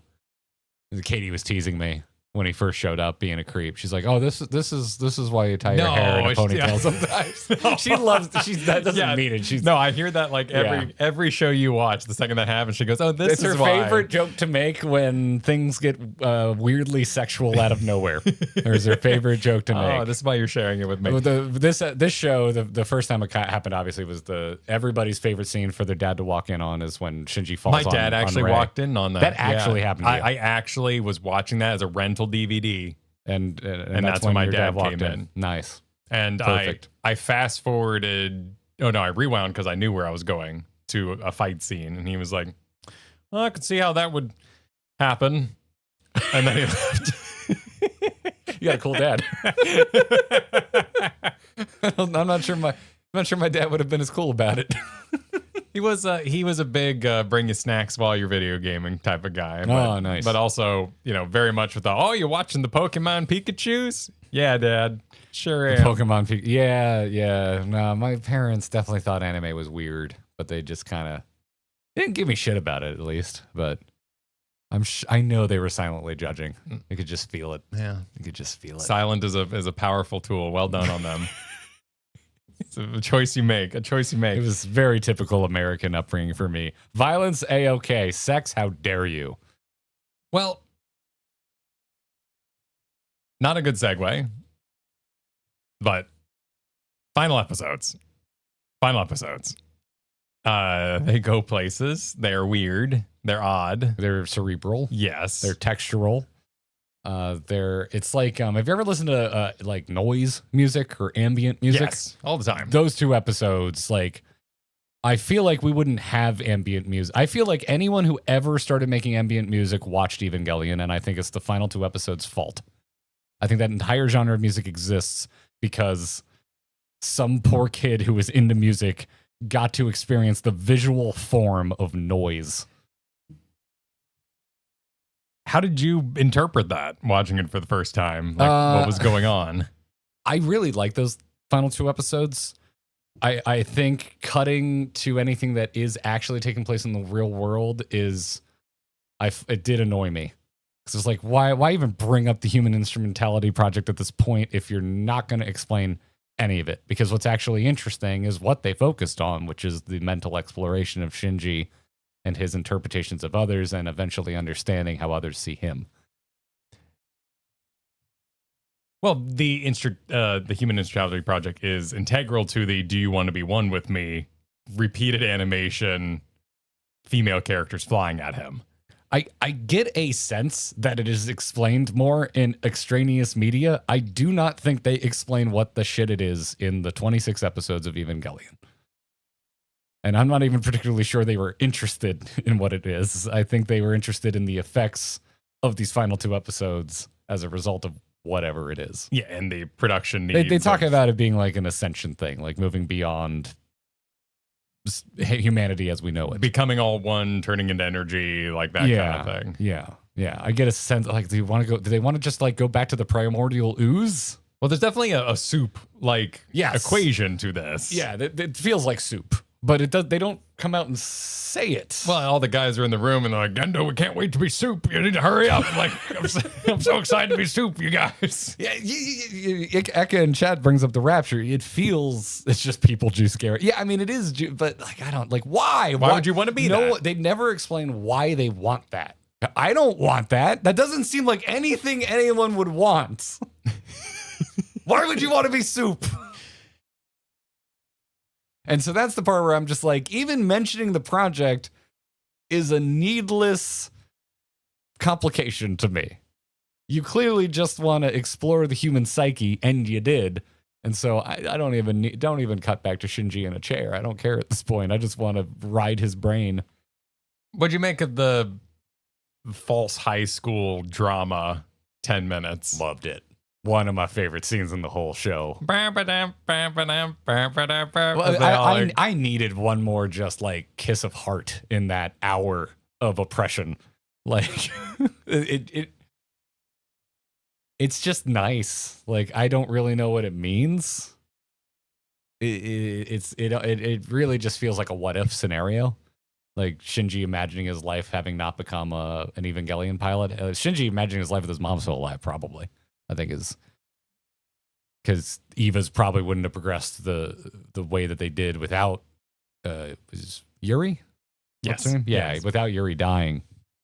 You know, because without Yuri's death, Unit 1 doesn't get...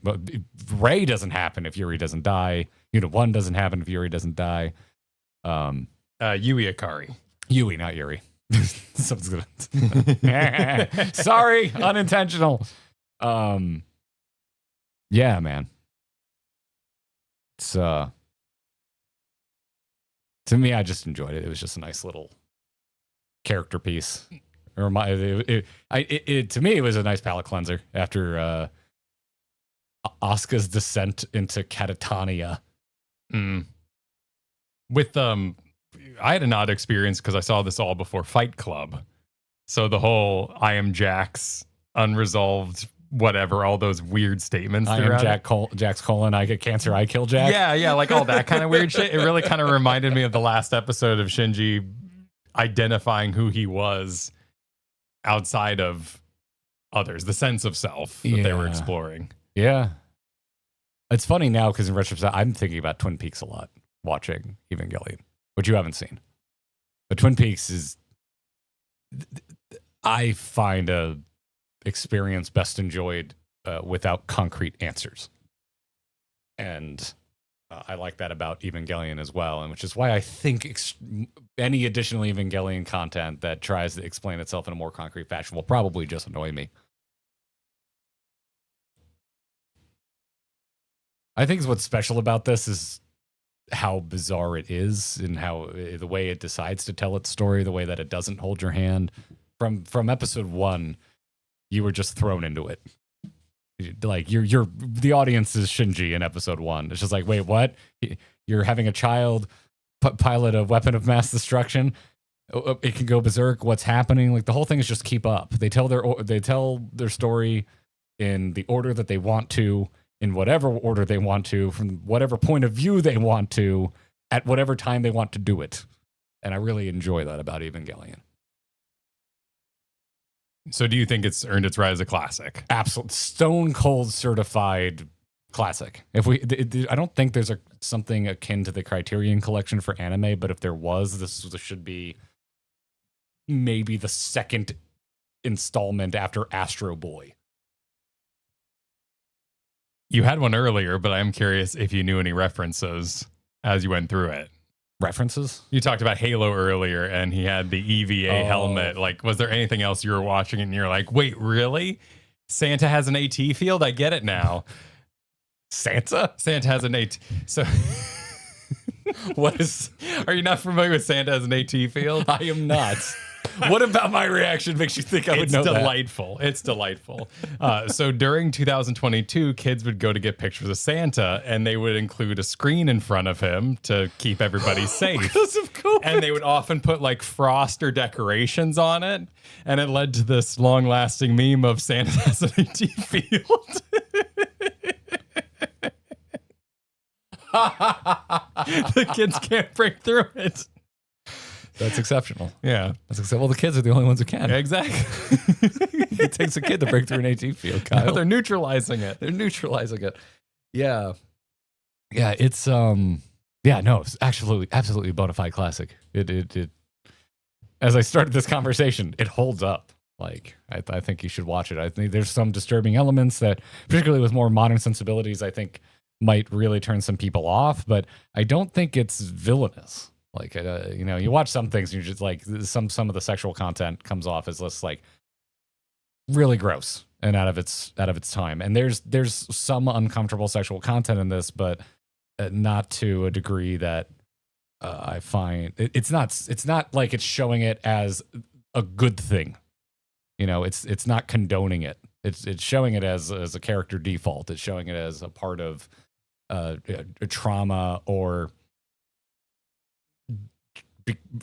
developing as an adult as a child too fast, too young. Like yeah, I think it still holds up. I think it's gonna be hard for some people. I think younger people, you know, I think it'd be harder for some younger folks. But in some ways, yes. In some ways, no, because you identify so closely with the characters. Like, I mean, for me, I forget his name too, but Kawaru. Like, I moved a lot. And so having a sudden friend was just fascinating in that episode. But that also comes from a complete lack of understanding of any of the adults' situations. Yeah. I think you said something earlier that was really interesting about how, because the psychology of it was so exploratory, none of it was talking down to you as the audience, nor did it feel like they were trying to teach or preach. They were just exploring the idea of even psychoanalysis existing and how to think of somebody. Like when Asuka can't sync up, nobody's berating her. She's too busy doing that to herself. There's no real outside force that's making that more difficult. That's Shinji, but that's her problem. Yeah, the only adult who's like really awful towards the kids is Gendo. And even he gets out of the way at times. Yeah, like, he's on trips for most of the series. He almost never interacts with Asuka at all, other than just be like, make Unit 2 do this. What an office, too. Oh, Gendo's. That's what I imagine. It's a black plane of nothingness. What, the black plane? No, there's glyphs. Like, yeah, he's got I actually uttered to Katie, I was like, this is what Kyle's studio would look like if he was a millionaire. If I was, yes. If Kyle was a millionaire, that's what his studio would look like. There's a basic part of me that when I see like an office with a glass window in a city, I go, ooh, nice. But yeah, that room, inviting a child in there is psychotic. Yeah, yeah. Ritsuko isn't great. Yeah, everyone. I don't think the show really judges any of its own characters except for Gendo. I think every other character, and I think that's what's actually pretty mature about the show, finds the good, that just kind of shows you the good and bad in all of its characters, and just kind of leaves you up to decide what you think about them, except for Gendo. I don't think I would want to be friends with you if you don't think Gendo is a monster. And I feel like the show and just the way that it portrays Gendo, I think the show is judging Gendo. I don't think it judges anyone else. He's not really getting what he wants either, so you're backing the wrong horse as well. Well, does he? I mean, what the hell is the ending? It seems like he got his people soup. He got his soup, Kyle. I'm doing a great job. I can't wait to talk to you about End of Evangelion. God. I can't wait to talk to you Does about it fail? Do they come back out of the soup and they're like, boy, that was weird? I'm a boy. That Kendo ain't right. No, it'll be fascinating because you made the Dawn Trail thumbnail, which is the End of Evangelion picture. I just know that poster. To me, it's iconic artwork. Yeah, and then I wore this T-shirt during the End of Dawn Trail. Final Fantasy XIV, for those who may be watching or listening and don't know what the hell we're talking about. Based on Sphene and the character in there. So I'm excited for you to watch it and see. I'm really excited to watch it. Yeah, I think I might break Katie's poor brain, but yeah. When can we expect that? When's that? I don't know. When's that going to happen? I don't know.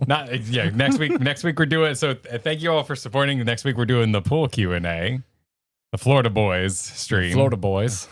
Probably next week. Yes. If I have any sort of technical difficulties, it might get bumped a week. There'll be some experimentation. Yeah. I need to go buy a measuring wheel and find out how long of an Ethernet cord. It would be kind of interesting to do End of Evangelion after you get back, and then you could also tell stories of anything you saw while you were in Japan, because I know they've got statues and lots. I know of there's a reference. Unit 1, I believe, either in Tokyo or not too far, that I would like to see. It is not on my must-do list, though.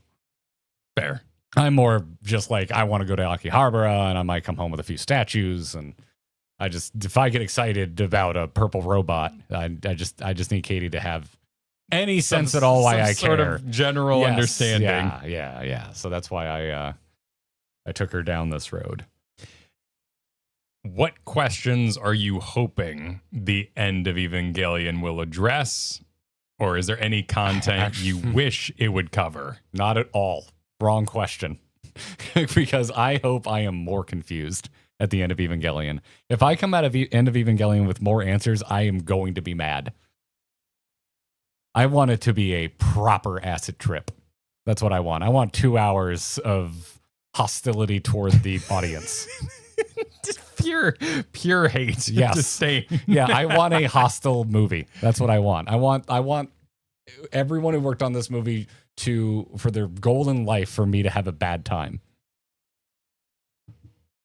Well, that concludes my interview here. Well done, Garrett. Well done. Well done. You answered all my questions. Become legend, young boy. Wow. I think they're right. I think they're right. I think you're really gonna like it. I'm not always a masochist. It depends on the piece. It depends on the media. There are works of art that should be hostile. Not everything should be a comfortable experience. Not everything should have a bow on it. I think that's really important. We have all kinds of phrases like it goes hard and all that kind of thing, but sometimes, and it had no right to be that good is something we like to say. Yeah. I'm trying to think of what we say when things for no reason, pointlessly morbid. Challenging is usually the word I use. It's challenging. It's either challenging just because of the order it's told or the way it's told or what it depicts. Yeah. So I think Evangelion is somewhat hostile towards its audience, and I think that's what makes it so damn compelling. But it's not devoid of fun. No, God, no, not at all. No, but it's not that's why I keep coming back to episode 1. Like if you Evangelion has this reputation for being mind-blowing nonsense. Like you can't understand it, and it's like, watch episode 1 again. It tells you exactly what it is in that first episode. Like it lays it out. It's not. Are those last 2 episodes very strange? Yes. Is it a surprise we got there after episode 1? I don't think so at all. I think it makes complete sense that it ends up where it ends up. So yeah, I like it. I'm glad you liked it, man. Yeah, I'm really happy. Yeah. I'm dying to know if the creator had any exposure to the works of David Lynch. That'd be interesting. Because Twin Peaks predates this by a few years. And obviously David Lynch was making film long before that. But there's a Lynchian quality to Evangelion that I really enjoy. Well, then hopefully I would never have made that connection the first time I watched it because I had never seen anything that David Lynch had made up to that point. But he's in my brain. He passed away this year. It's But there's just not a lot of content that kind of tells there's not a lot of content that puts that much onus on the audience to interpret it.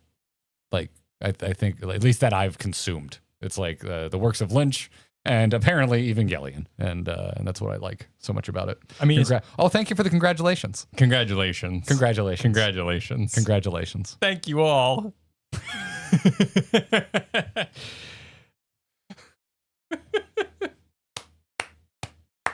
His postmodernist approach, an extensive portrayal of characters, thoughts, and emotions. What are you looking up? Oh, just the director. I think it's freaking insane that this aired on TV and no one knew frickin' what time it was on, and it bombed initially. It was pure word of mouth. Imagine trying to watch this with missing pieces, except for the Magma episode. Right? just show up.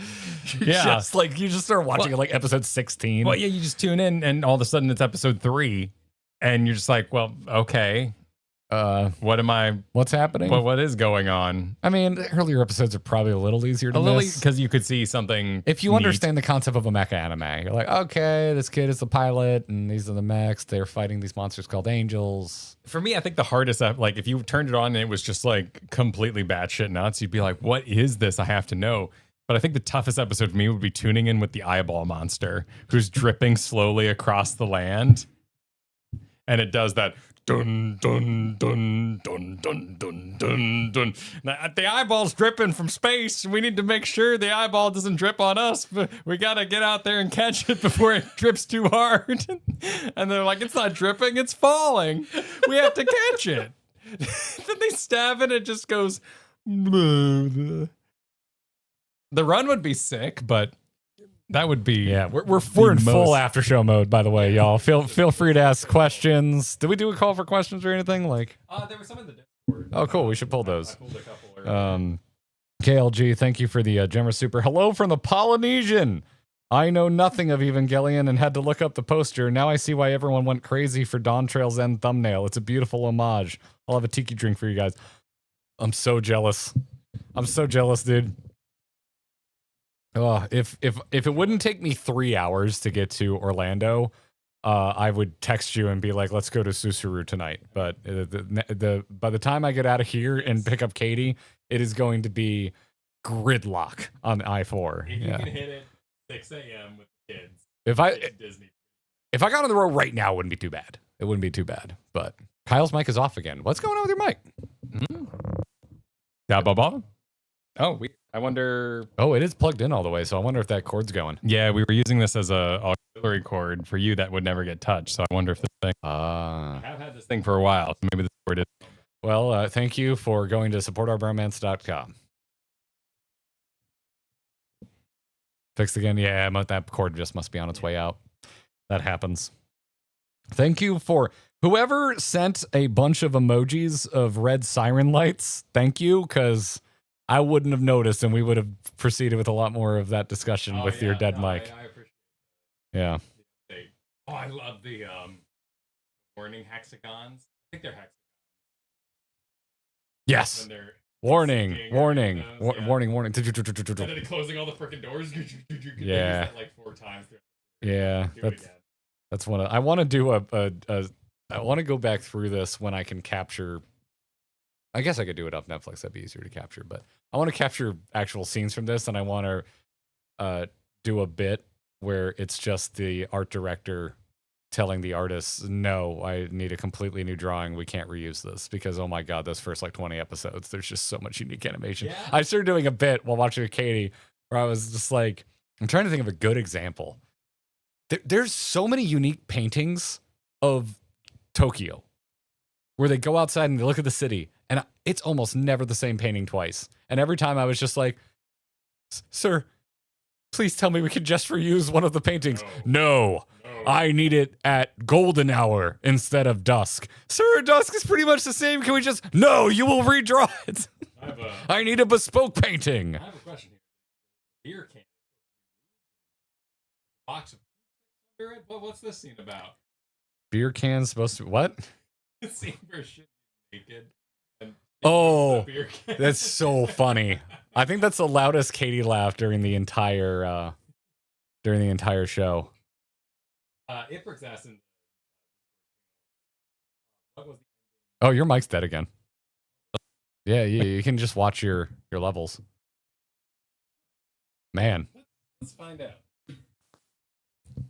Is it loose going into the mixer? I imagine not, because when you touch it in the back, it fixes it. Huh. Yeah, well, hey, at least we made it through the core. Yeah.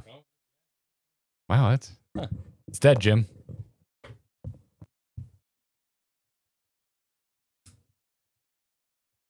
Any better? Huh. Yeah. Well, I guess just keep an eye on it. Keep an eye on it.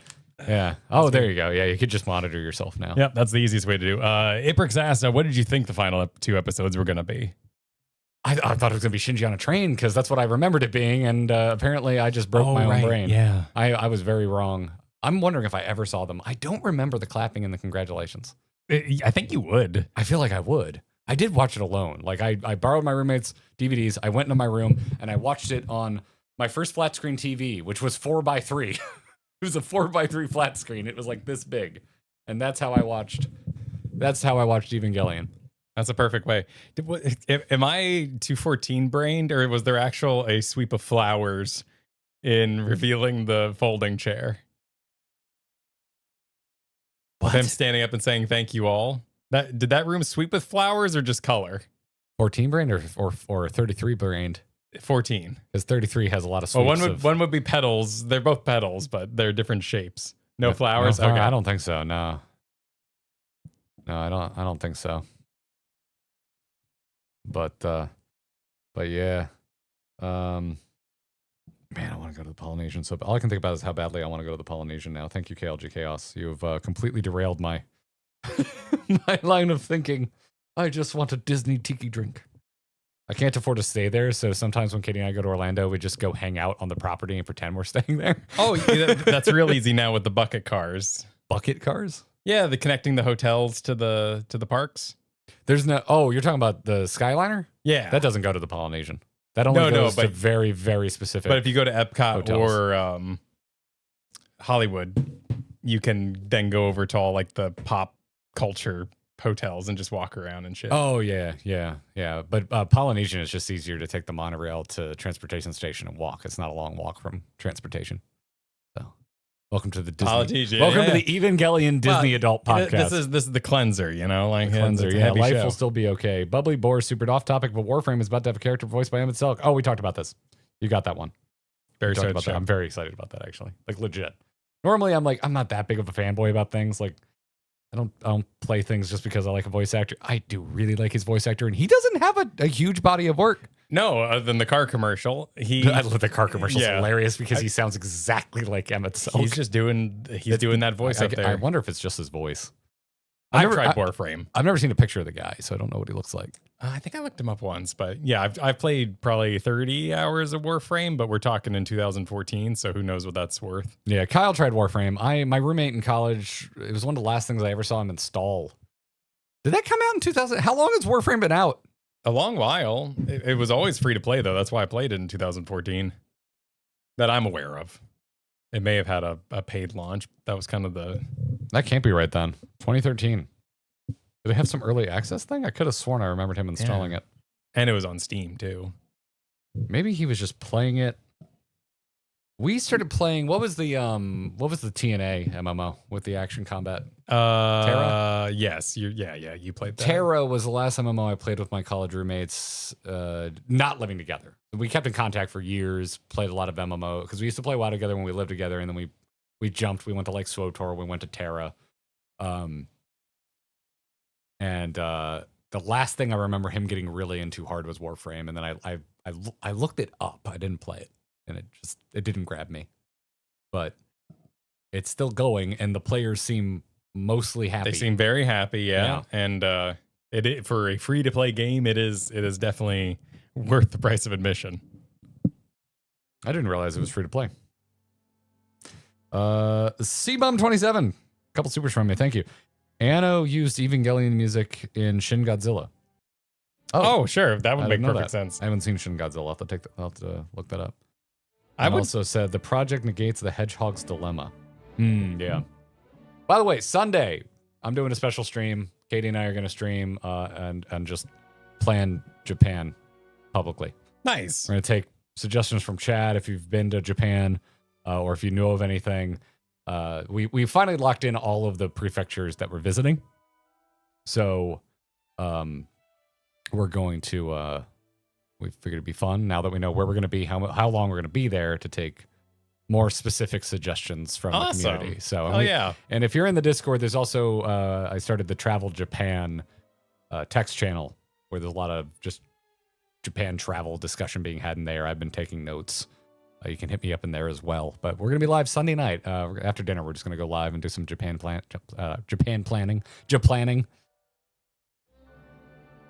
I'm looking forward to it. Shin Godzilla is bothersome. Is it? It is a bothersome piece. I bring that up because our final 5 nights there, we're staying in the Godzilla hotel. Oh, wow. That's awesome. Yeah, we were trying to... Shinjuku is an expensive ward to stay in, but we really, really wanted to end there because that's one of the bigger mega city kind of looking areas in Tokyo. We're staying in Ginza the first half, which is... There's big buildings, but it's like the nicer, more upscale district. So it kind of just looks, to me, it looks more New York. If you've ever been anywhere in any of the nicer areas in New York, it kind of has that vibe to it. Can't say I have. Gotcha. Anyway, yeah. So we were just for months trying to find something that wasn't going to completely ruin our budget in Shinjuku. That's cool that it was the Godzilla. Well, for most of the time, it's like $300, $400 a night there for a tiny room. The rooms aren't. Well, they have some big rooms, but they're wildly expensive. Right. They have one with a mini city and a giant Godzilla in the room. And I think that's the biggest suite they have. It's like the Godzilla room, and it has a giant claw coming through the wall in a section of it. And then in front of the TV is a mini city. And as you enter, there's a giant Godzilla statue. I would not want to sleep with that nearby. I'm not scared of Godzilla, but yeah. I think there's a zip line into the giant Godzilla head somewhere. The one that's at the hotel, there's nothing going into the head. The head lights up and like the mouth lights up at night and he roars, but that shuts off at 8 p.m. because we were worried about the ongoing roar. We're on the Godzilla floor, so I was worried about noise. And that's I looked fair. it up and yeah. Anyway, we found a really good, there was like it's one of those dumbass, I think like Trivago deals. We got it for like $120 a night. I was like, hell yeah, let's go to the Godzilla hotel.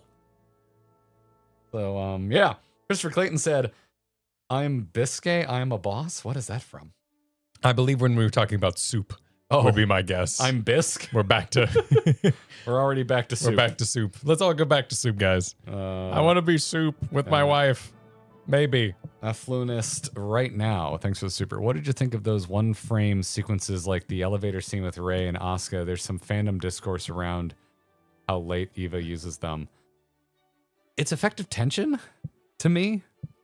Discourse is an interesting word. Discourse is an interesting word. I'm sure some folks are just like, the animation budget fell off a cliff. That's just what I assumed, and I wanted to know more, and I was happy there was episodes still to go. Yeah, just with the cerebral nature of those later episodes, I think that is effective. Whether the truth of how it came to be is kind of irrelevant to me, because I don't know. I think some folks are really interested in the original intent of the creator and like getting what they want is true of their vision, regardless of any outside factors. And so, hearing that maybe there was a budget cut or they weren't able to animate as much, that might take away from them. To me, part of what I like so much about movies, about animation, about video games, they're just so highly collaborative. It's a miracle that any of these things exist in the first place. And that's why it's so much more impressive when it's actually good and it's in a cohesive project, because it's just so collaborative. And and all of that collaboration is not necessarily communal. What's the word I'm looking for? It's not necessarily friendly. There's always a hostile element in any of that, and usually it comes from the studio, from the funding, from the people that have the money. At some point there's going to be some friction there. So I guess it only bumps me out if I think it's bad, because I'm not above being like, they ruined it because they tied up the purse strings toward the end and they couldn't get over the finish line. That's how I feel about Cyberpunk Edge Runners. I love that show. I hate those final few episodes. I mean, but it did give you what you wanted, and that was the issue with it as a kid. Was where's my last fight? Where's you get a final fight, and then you just get 2 more episodes. Like he kills Kawaru, he pops his damn head off like a top. That's not a fight. No, but he fights you at Unit 2. It's pretty cool. It's not the best fight in the series, but it's still a pretty damn good. But the elevator fall where Yeah, they're pretty at it neat. for like a minute straight. Yeah, it's pretty cool. It's a great psychological moment of will he, won't he decision making. I like this, but it is one. It's a literal shot. descent. I like it. Yeah, I don't mind it. I think it's fine because the entire show is crashing down, while Shinji and Kawaru are literally in a descent. Yeah, descending. Like the whole show is descending into madness as these characters literally descend, and so poetic. I think it's poetic, so I enjoy it. I found it very disappointing at the time when I was a kid. I think that's fair. Wanting the final fight scene. I that's totally valid. Totally valid. I don't think you're wrong. Yeah. I'm just explaining the reasons why it didn't make me mad. Is it the best fight? God, no, not even close. Yeah, no. So if anything, I would think the fall would be my discourse most disliked moment when he's holding and it's just like, oh man, like the opera music's going. The elevator shit, that was just anime at the time. Yeah, sometimes you just, that's the one shot I can think of that maybe holds too long, but there's plenty of other shots where they're just kind of holding. I love both of the Shinji runs away scenes where there's a shot of him as the train leaves and it's just like him up on the platform. Both times they hold on that forever, and I just think it's really I like it. It's part of the show doesn't take its time, so it's nice when it does. No, that's a fair thought. And it I don't know. For me, because I was really actively watching those moments, I appreciated them because it just gave me time to think. And it usually made me think of the characters it was holding on. So in like early on when the train pulls away and it's Shinji staring at Masato, I'm just like basking in it, and then slowly I'm just thinking about where Shinji's at in his journey, where Masato is at in her journey, what them realizing they're both there means to them. And later on, much later on, I'm burying my head and I'm like, okay, cool. They're holding on the elevator for way too long. And it's just like, the whole episode, like Asuka is on the ropes, man. Like, yeah, if you're gonna do it, they did it in an effective place. This is kind of my thought. But the earlier episodes had more production, like when he's in the guidebook when he first arrives and he goes by the whole hand that is the wall. The hand in the goo just chilling there. Yeah. Doesn't even look up. The room with the experimental Avas all laid out with all their spines. That was sick. Why did all the Rays have nipples and then they didn't? Is there a story behind that? I always Did they get in trouble? Because the reveal that Ray is a bunch of clones, and you get the Ray soup reveal. Yeah. It's because there's a lot of nudity in the show, but nothing's depicted. Like there's nipples are never drawn. You never see anything between Shinji's legs, which just from an art perspective and like a standards and censorship perspective, I'm curious because there's a lot of nudity in anime. Japan doesn't have the hangups that we have in the West around nudity. You watched. I remember buying my first Dragon Ball Z VHS and there's just Gohan penis all over that damn thing. Yeah, they do. And it was shocking to me at the time. And then I it was I think the first time in my life I ever thought about cultural differences. I always figured it was just you only get so many, like F-bombs or maybe. And there's a ton in that one episode. to- And it's not coming from a place of perversion, I promise, which maybe you weren't thinking that and now you are because I mentioned it. But nah, But it could Not be worried. because I'm trying to track Ryu's shots, and in the next episode they play that back. Or no, in Ray 3, there's a scene where she sees herself as a child in front of the Ray soup, and it looks like it's a reused shot of the Ray soup, but they go back to the way Evangelion's been handling nudity the whole time, and there's no drawn on nipples. yeah. And I just go, okay, why? That it seems like you could have just saved yourself some money and had a redone or just reused the shot there. I also don't know teams. Like a lot of there was an A.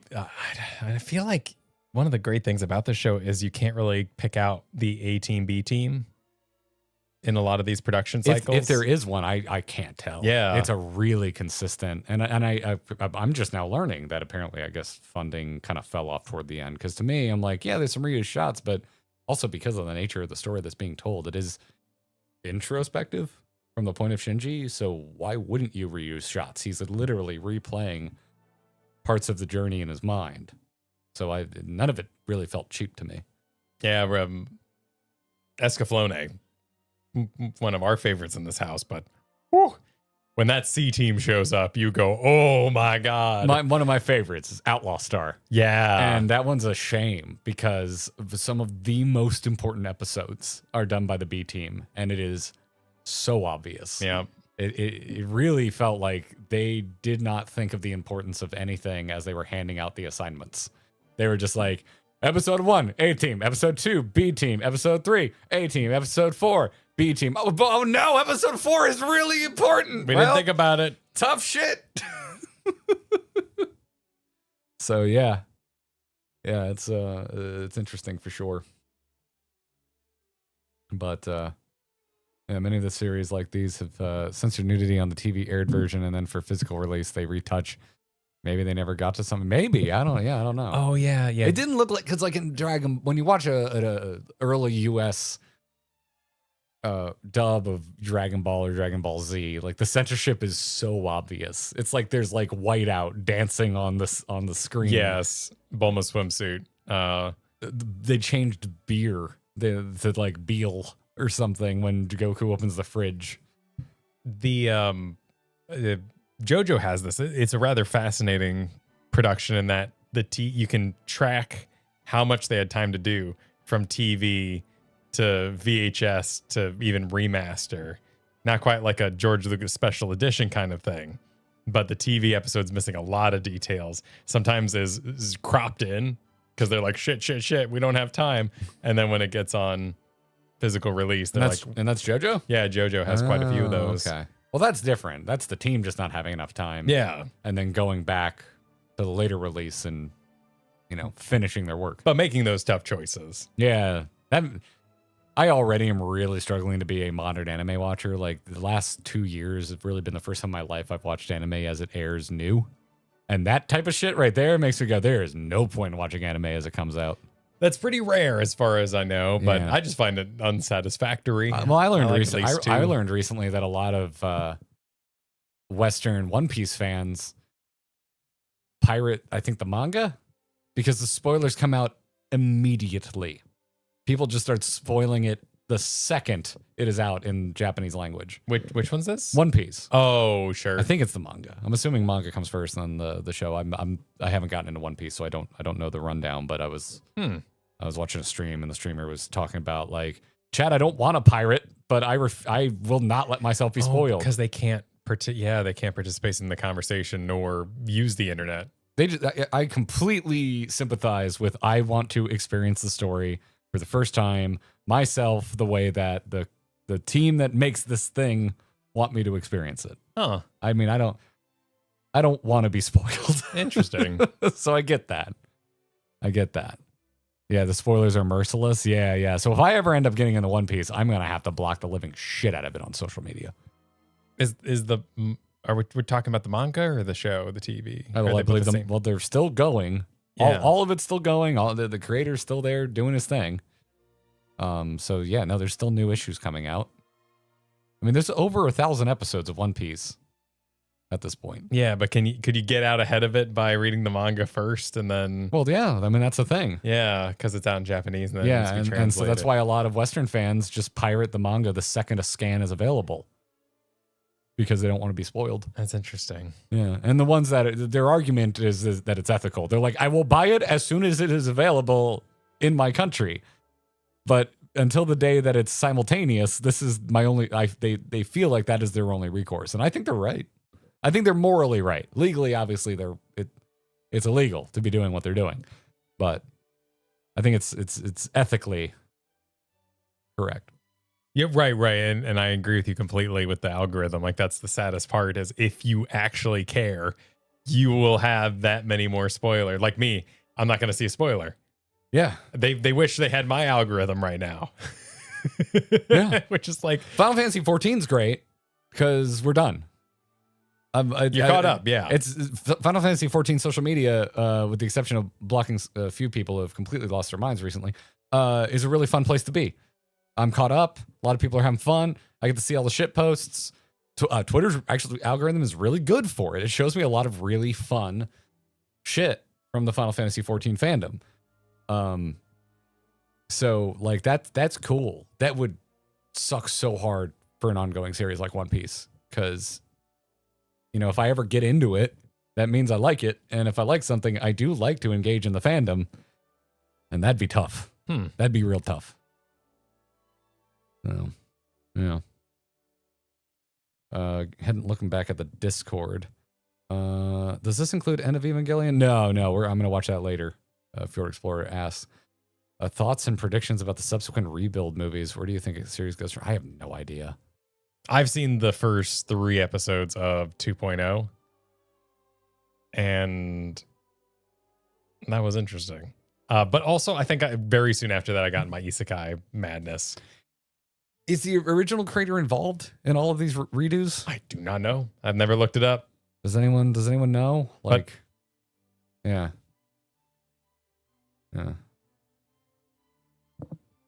When I first watched Evangelion, who did I identify with? Who do I identify with now?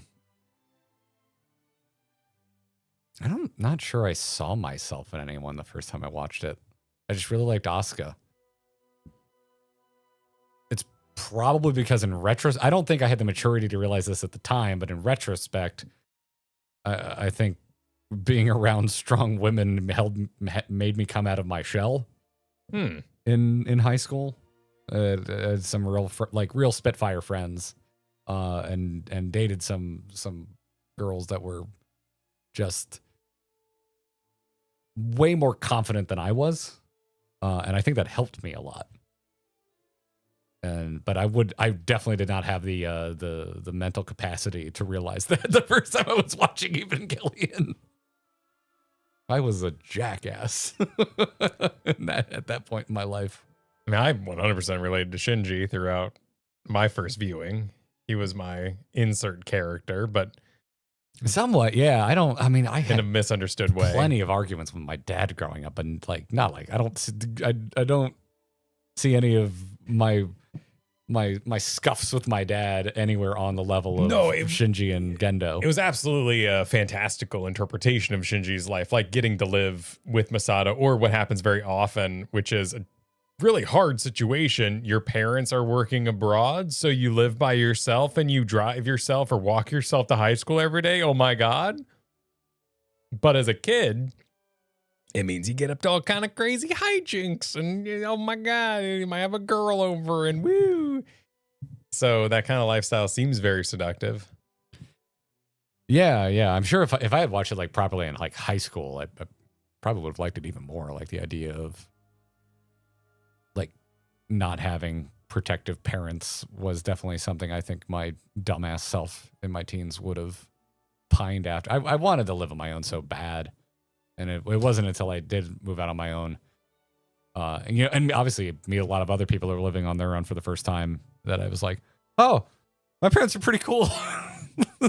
I mean, more recently, I'd say the people I associate most with is the lieutenants. The nerve lieutenants.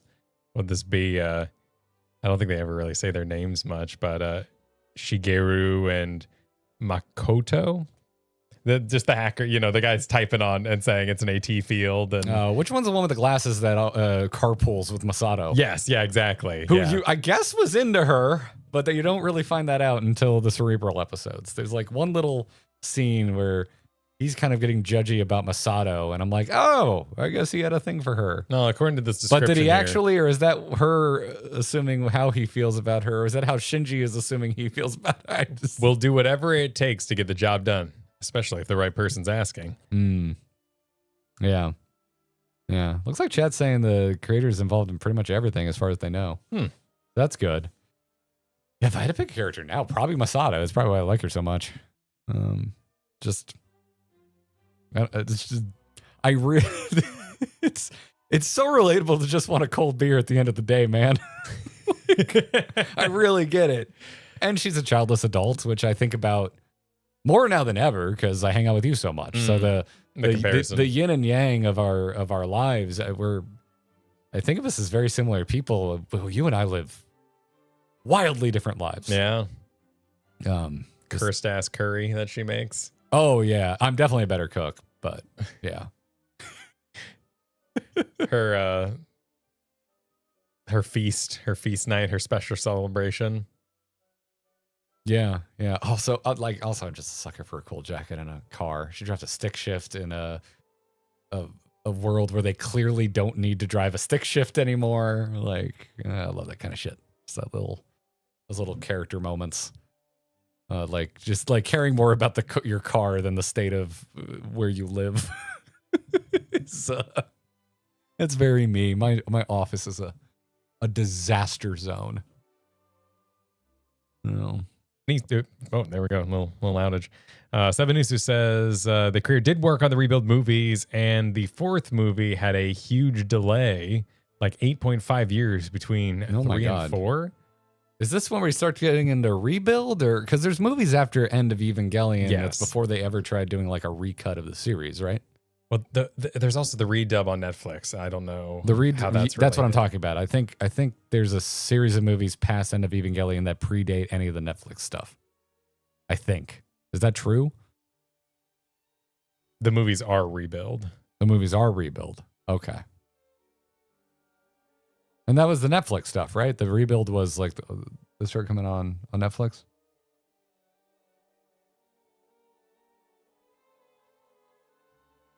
Masato is waifu for people who don't care about waifu. I mean, I don't know how you can't not crush on Masato. It's a little weird to say. It's probably the character I also feel like I understand the most. Yeah, certainly adult most relatable. But also by the end, when you realize that her and Kaji, maybe didn't have the worst relationship in the world, and they had a relationship that predates it. I'm a sucker for that because Katie and I dated before we got married, and there was a long break in between. So I'm just a sucker for that kind of shit too, and any sort of romantic story. We've said so much about Evangelion. My ability to continue speaking the English language is failing me. Life and Death was just a summary, right? I remember I rented that one and went, okay, did I need that? That's on the collection that I have. Okay. And in the research I've done, if it's everything I've read is skip it if you're coming into this after having just watched the series. It was part of the theatrical experience of going to see End of Evangelion, I believe. I think it played before it. Oh, interesting. One or two extra pieces of info. Oh, okay. Because there was an actual summary episode in the series as well. So, and ain't nobody like those. It's half rebirth, or wait, half summary, half the first 35 minutes of End of Evangelion. Wait, if I watch End of Evangelion, will it have that 35 minutes? Oh, I wonder if it was some sort of hype project or a holdover. Yeah. Death was followed by Rebirth, and End of Evangelion came out later. Oh, okay. Okay, so they weren't connected. I will not miss anything. All right, perfect. Sick. That's all right. I did do some research on that. There's some Evangelion has wildly beautiful recent Reddit threads with great advice. Yeah, people full of no people spoilers. are always watching it. That are just no, this is what this. No, I found multiple threads, post 2010, of people doing their rewatch, and a lot of people in agreement. Yeah, you can skip Death and Rebirth. Don't worry about it. Well, I think we should watch. I think that'd be a fun experience to watch the first movie post all end, the first rebuild movie, just to see. I'm gonna need to do more research on that because I ended my research at End of Evangelion because I'm I want to watch that. Yeah, and that's it. I want to know if there's movies beyond that before Rebuild because I thought Rebuild was a retelling. Well, I thought because it had original scenes in it, but with computer graphics, and then added new angels, but then it added a new pilot and beast mode. And I mean, I will require some convincing to not assume it's Mr. Krabs. Mr. Krabs, why did you make SpongeBob your main character? Okay. Hold up. All right. So there's 5 Evangelion movies. End of Evangelion is considered the original film. It was preceded by the compilation film, Death and Rebirth. Okay. And then there's the Rebuild. Okay, so there's nothing else. What is Rebuild? Well, according to chat here, retellings plus sequels. Oh, okay. All right, so that's why I'm confused. And that's exactly what this rundown is telling me as well. Okay. So then what's with the redub of the original series for Netflix? Does that play into Rebuild? Yeah, was that like a Disney live action to keep the rights in some sort of weird way? Why did we? Oh, geez. Is that something is that why they do? That's one of the rumors. They do live action because they make money. The rumors is often Except for Snow White. Something will enter public domain. Public domain. No, if they don't. They do the live action because they make money. It's just a redub. Okay, it was just redub. Netflix. Huh. Well, I hate it because when you're trying to make notes and you're going through a wiki, they're including. You may end up on a wiki for the Netflix run, which is not the same episode titles or even number of episodes as the original run. It makes me very mad. Makes me very angry. Yeah.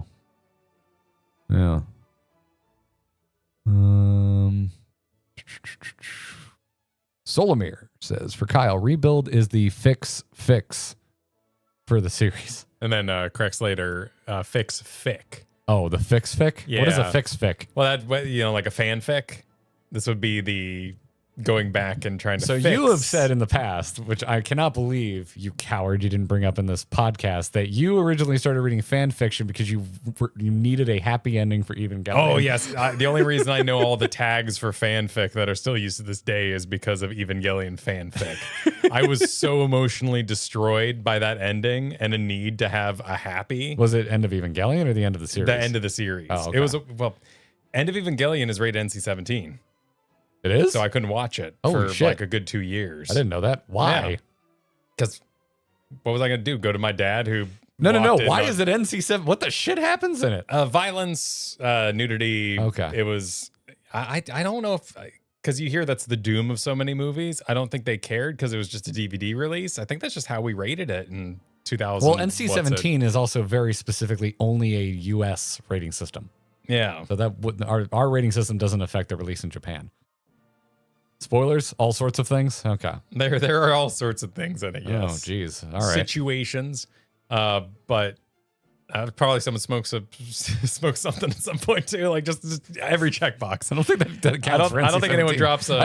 I think you could depict whatever drug you want. I don't think anyone drops an F-bomb in it. But yeah, no, it's a. No, NC-17 is really serious. It was. And our rating is F-bombs. Our rating is depictions of drugs. Our rating is nudity. NC-17 is borderline pornographic. Yes. So I had to wait until my friend turned 17, which was 3 months before I turned 17, and I was like, "Dude, can you buy me End of Evangelion so I can freaking end Oh this? my god! Oh yeah, So I can end my suffering." Oh god, I don't think anyone young is watching this. Being a teenager sucks. If you're a teenager, it actually does suck. It has its difficulties, yes. Being a teenager actually blows ass. So I read fanfic for a very, very long time there. You have all the time in the world to consume as much media as you want, and yet, if you're at least you're in the West, so many roadblocks to get a hold of media that is worth experiencing. Yeah, it's tough. It's tough. Of course, you may not be mature. I probably wouldn't have been mature enough for it, but yeah, man. Yeah. My 30s are my favorite decade so far. But most of the ones I would enjoy and read, like the long versions of, like keep watching reading chapters, subscribe to them as it were at the time. Those were Asuka Shinji live happily ever after fanfics. Yeah, they win the final battle. I think she's good for him. I think he's good for her. They do kind of fill in each other's failings. I would protect him from her if I was His dad. If I was a parent, if I was a good dad, I'd be like, get away from that Yeah. girl. That girl ain't she, right. She's no good for you, man. She's no one should hold your nose while kissing you, man. Like no. But His vision, though, she's still Asuka. She's just Asuka removed from Eva's. yeah, And I think in another reality, I think I think with a couple butterfly effect changes, they're good for each other. yeah. And also the only option because Rey is his mom. Well, yes, you don't know that in the beginning, but I had watched the whole series and I had no interest in the alternatives. Yeah, no, I can understand if it's your first time through shipping Shinji with Rey and being so absorbed in that you can't quite get away from it. But it's got to be. I question sticking to that ship after all knowledge is filled in. Well, and then you parallel him pulling her out of the plug as well, but with the father moment and him being jealous of his father, getting to talk. Like it's so overly complicated, It's right? wildly Oedipal. Yeah. Yeah, that's a good way to put it. Yeah, That's a good way to put it. Nuts. It's every psychology red flag on earth. Which would be really upsetting if it wasn't a work of fiction. Yep, exactly. Thank goodness this is a fake Thank show. God it's fiction. And the world was never exploded by a thing that turned into a small baby. We're doing okay. I love that quote. What was the movie? It was that one with the lady who was reverse. No, she had her brain put in another body. You love that thing. I love it. It's such a good movie. You need to see it. It's so wild. You need to see it. What is it called? Emma Stone stars in it. Won a bunch of Oscars. What was that called? Poor Things. Poor Things. Poor Things. If you haven't seen Poor Things, it's basically a Frankenstein-like, is what I would describe it as. That sounds accurate. It's a Frankenstein-like. Like the brain of a young girl gets put into the body of a woman. And it just explores that concept. Yeah. And it doesn't shy away from anything, including the sexual ramifications of that. And there was some pushback against that. And I love the quote from the director because he was just like, yes, that would be so concerning if any of this was real. And I'm just like, yes, like, thank you. Yeah. That's great.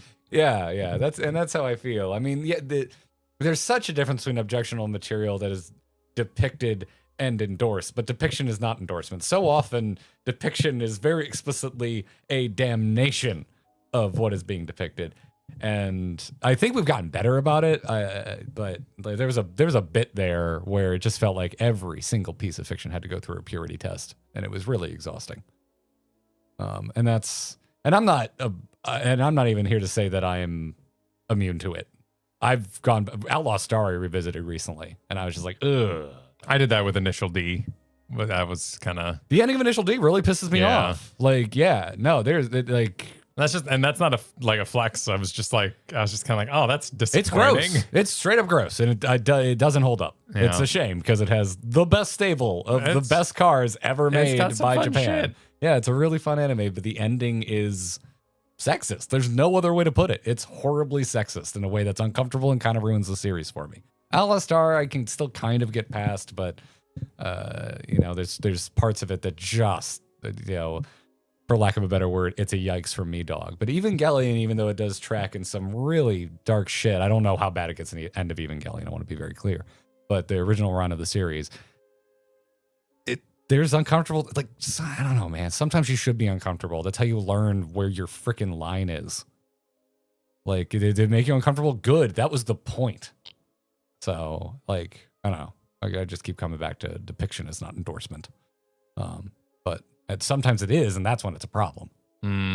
The author's barely disguised fetish. Yeah. And even then, like, it depends. What's your fetish? Because there's plenty of fetishes that are totally fine. And for us, we just grew up with a lot of goth girls in our cartoons, and we're like, well, shit, Yeah. nothing wrong with that. I saw Winona Ryder in Beetlejuice, and I was just like, I'm into this. Yeah, that was cool. Yeah. It's just like that. I don't know.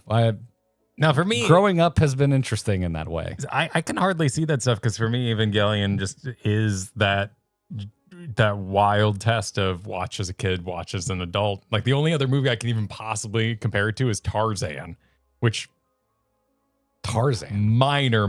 The Disney one. The Disney Tarzan. I hated the first 2 minutes. What an absolute waste of my time. Okay, the parents die to a jaguar. Who freaking cares? Let's get to Tarzan swinging around and being cool and soap riding on his feet on vines. This is gonna be sick. Yeah. And now I watch the opening of Tarzan and I'm nearly crying because I'm like, what beautiful parents trying their very best and they get killed by a jaguar. I love revisiting shit as an adult, man. Like it'll wreck you in all new ways. Yeah. And sometimes you want to get wrecked, man. Like, yeah, that's true. Sometimes you want to, like, I like being, I don't always want to be challenged. Like there's a reason I haven't immediately loaded up End of Evangelion. I was just like, I just want to watch some Japan travel vlogs and make some notes about where I'm going in a few weeks.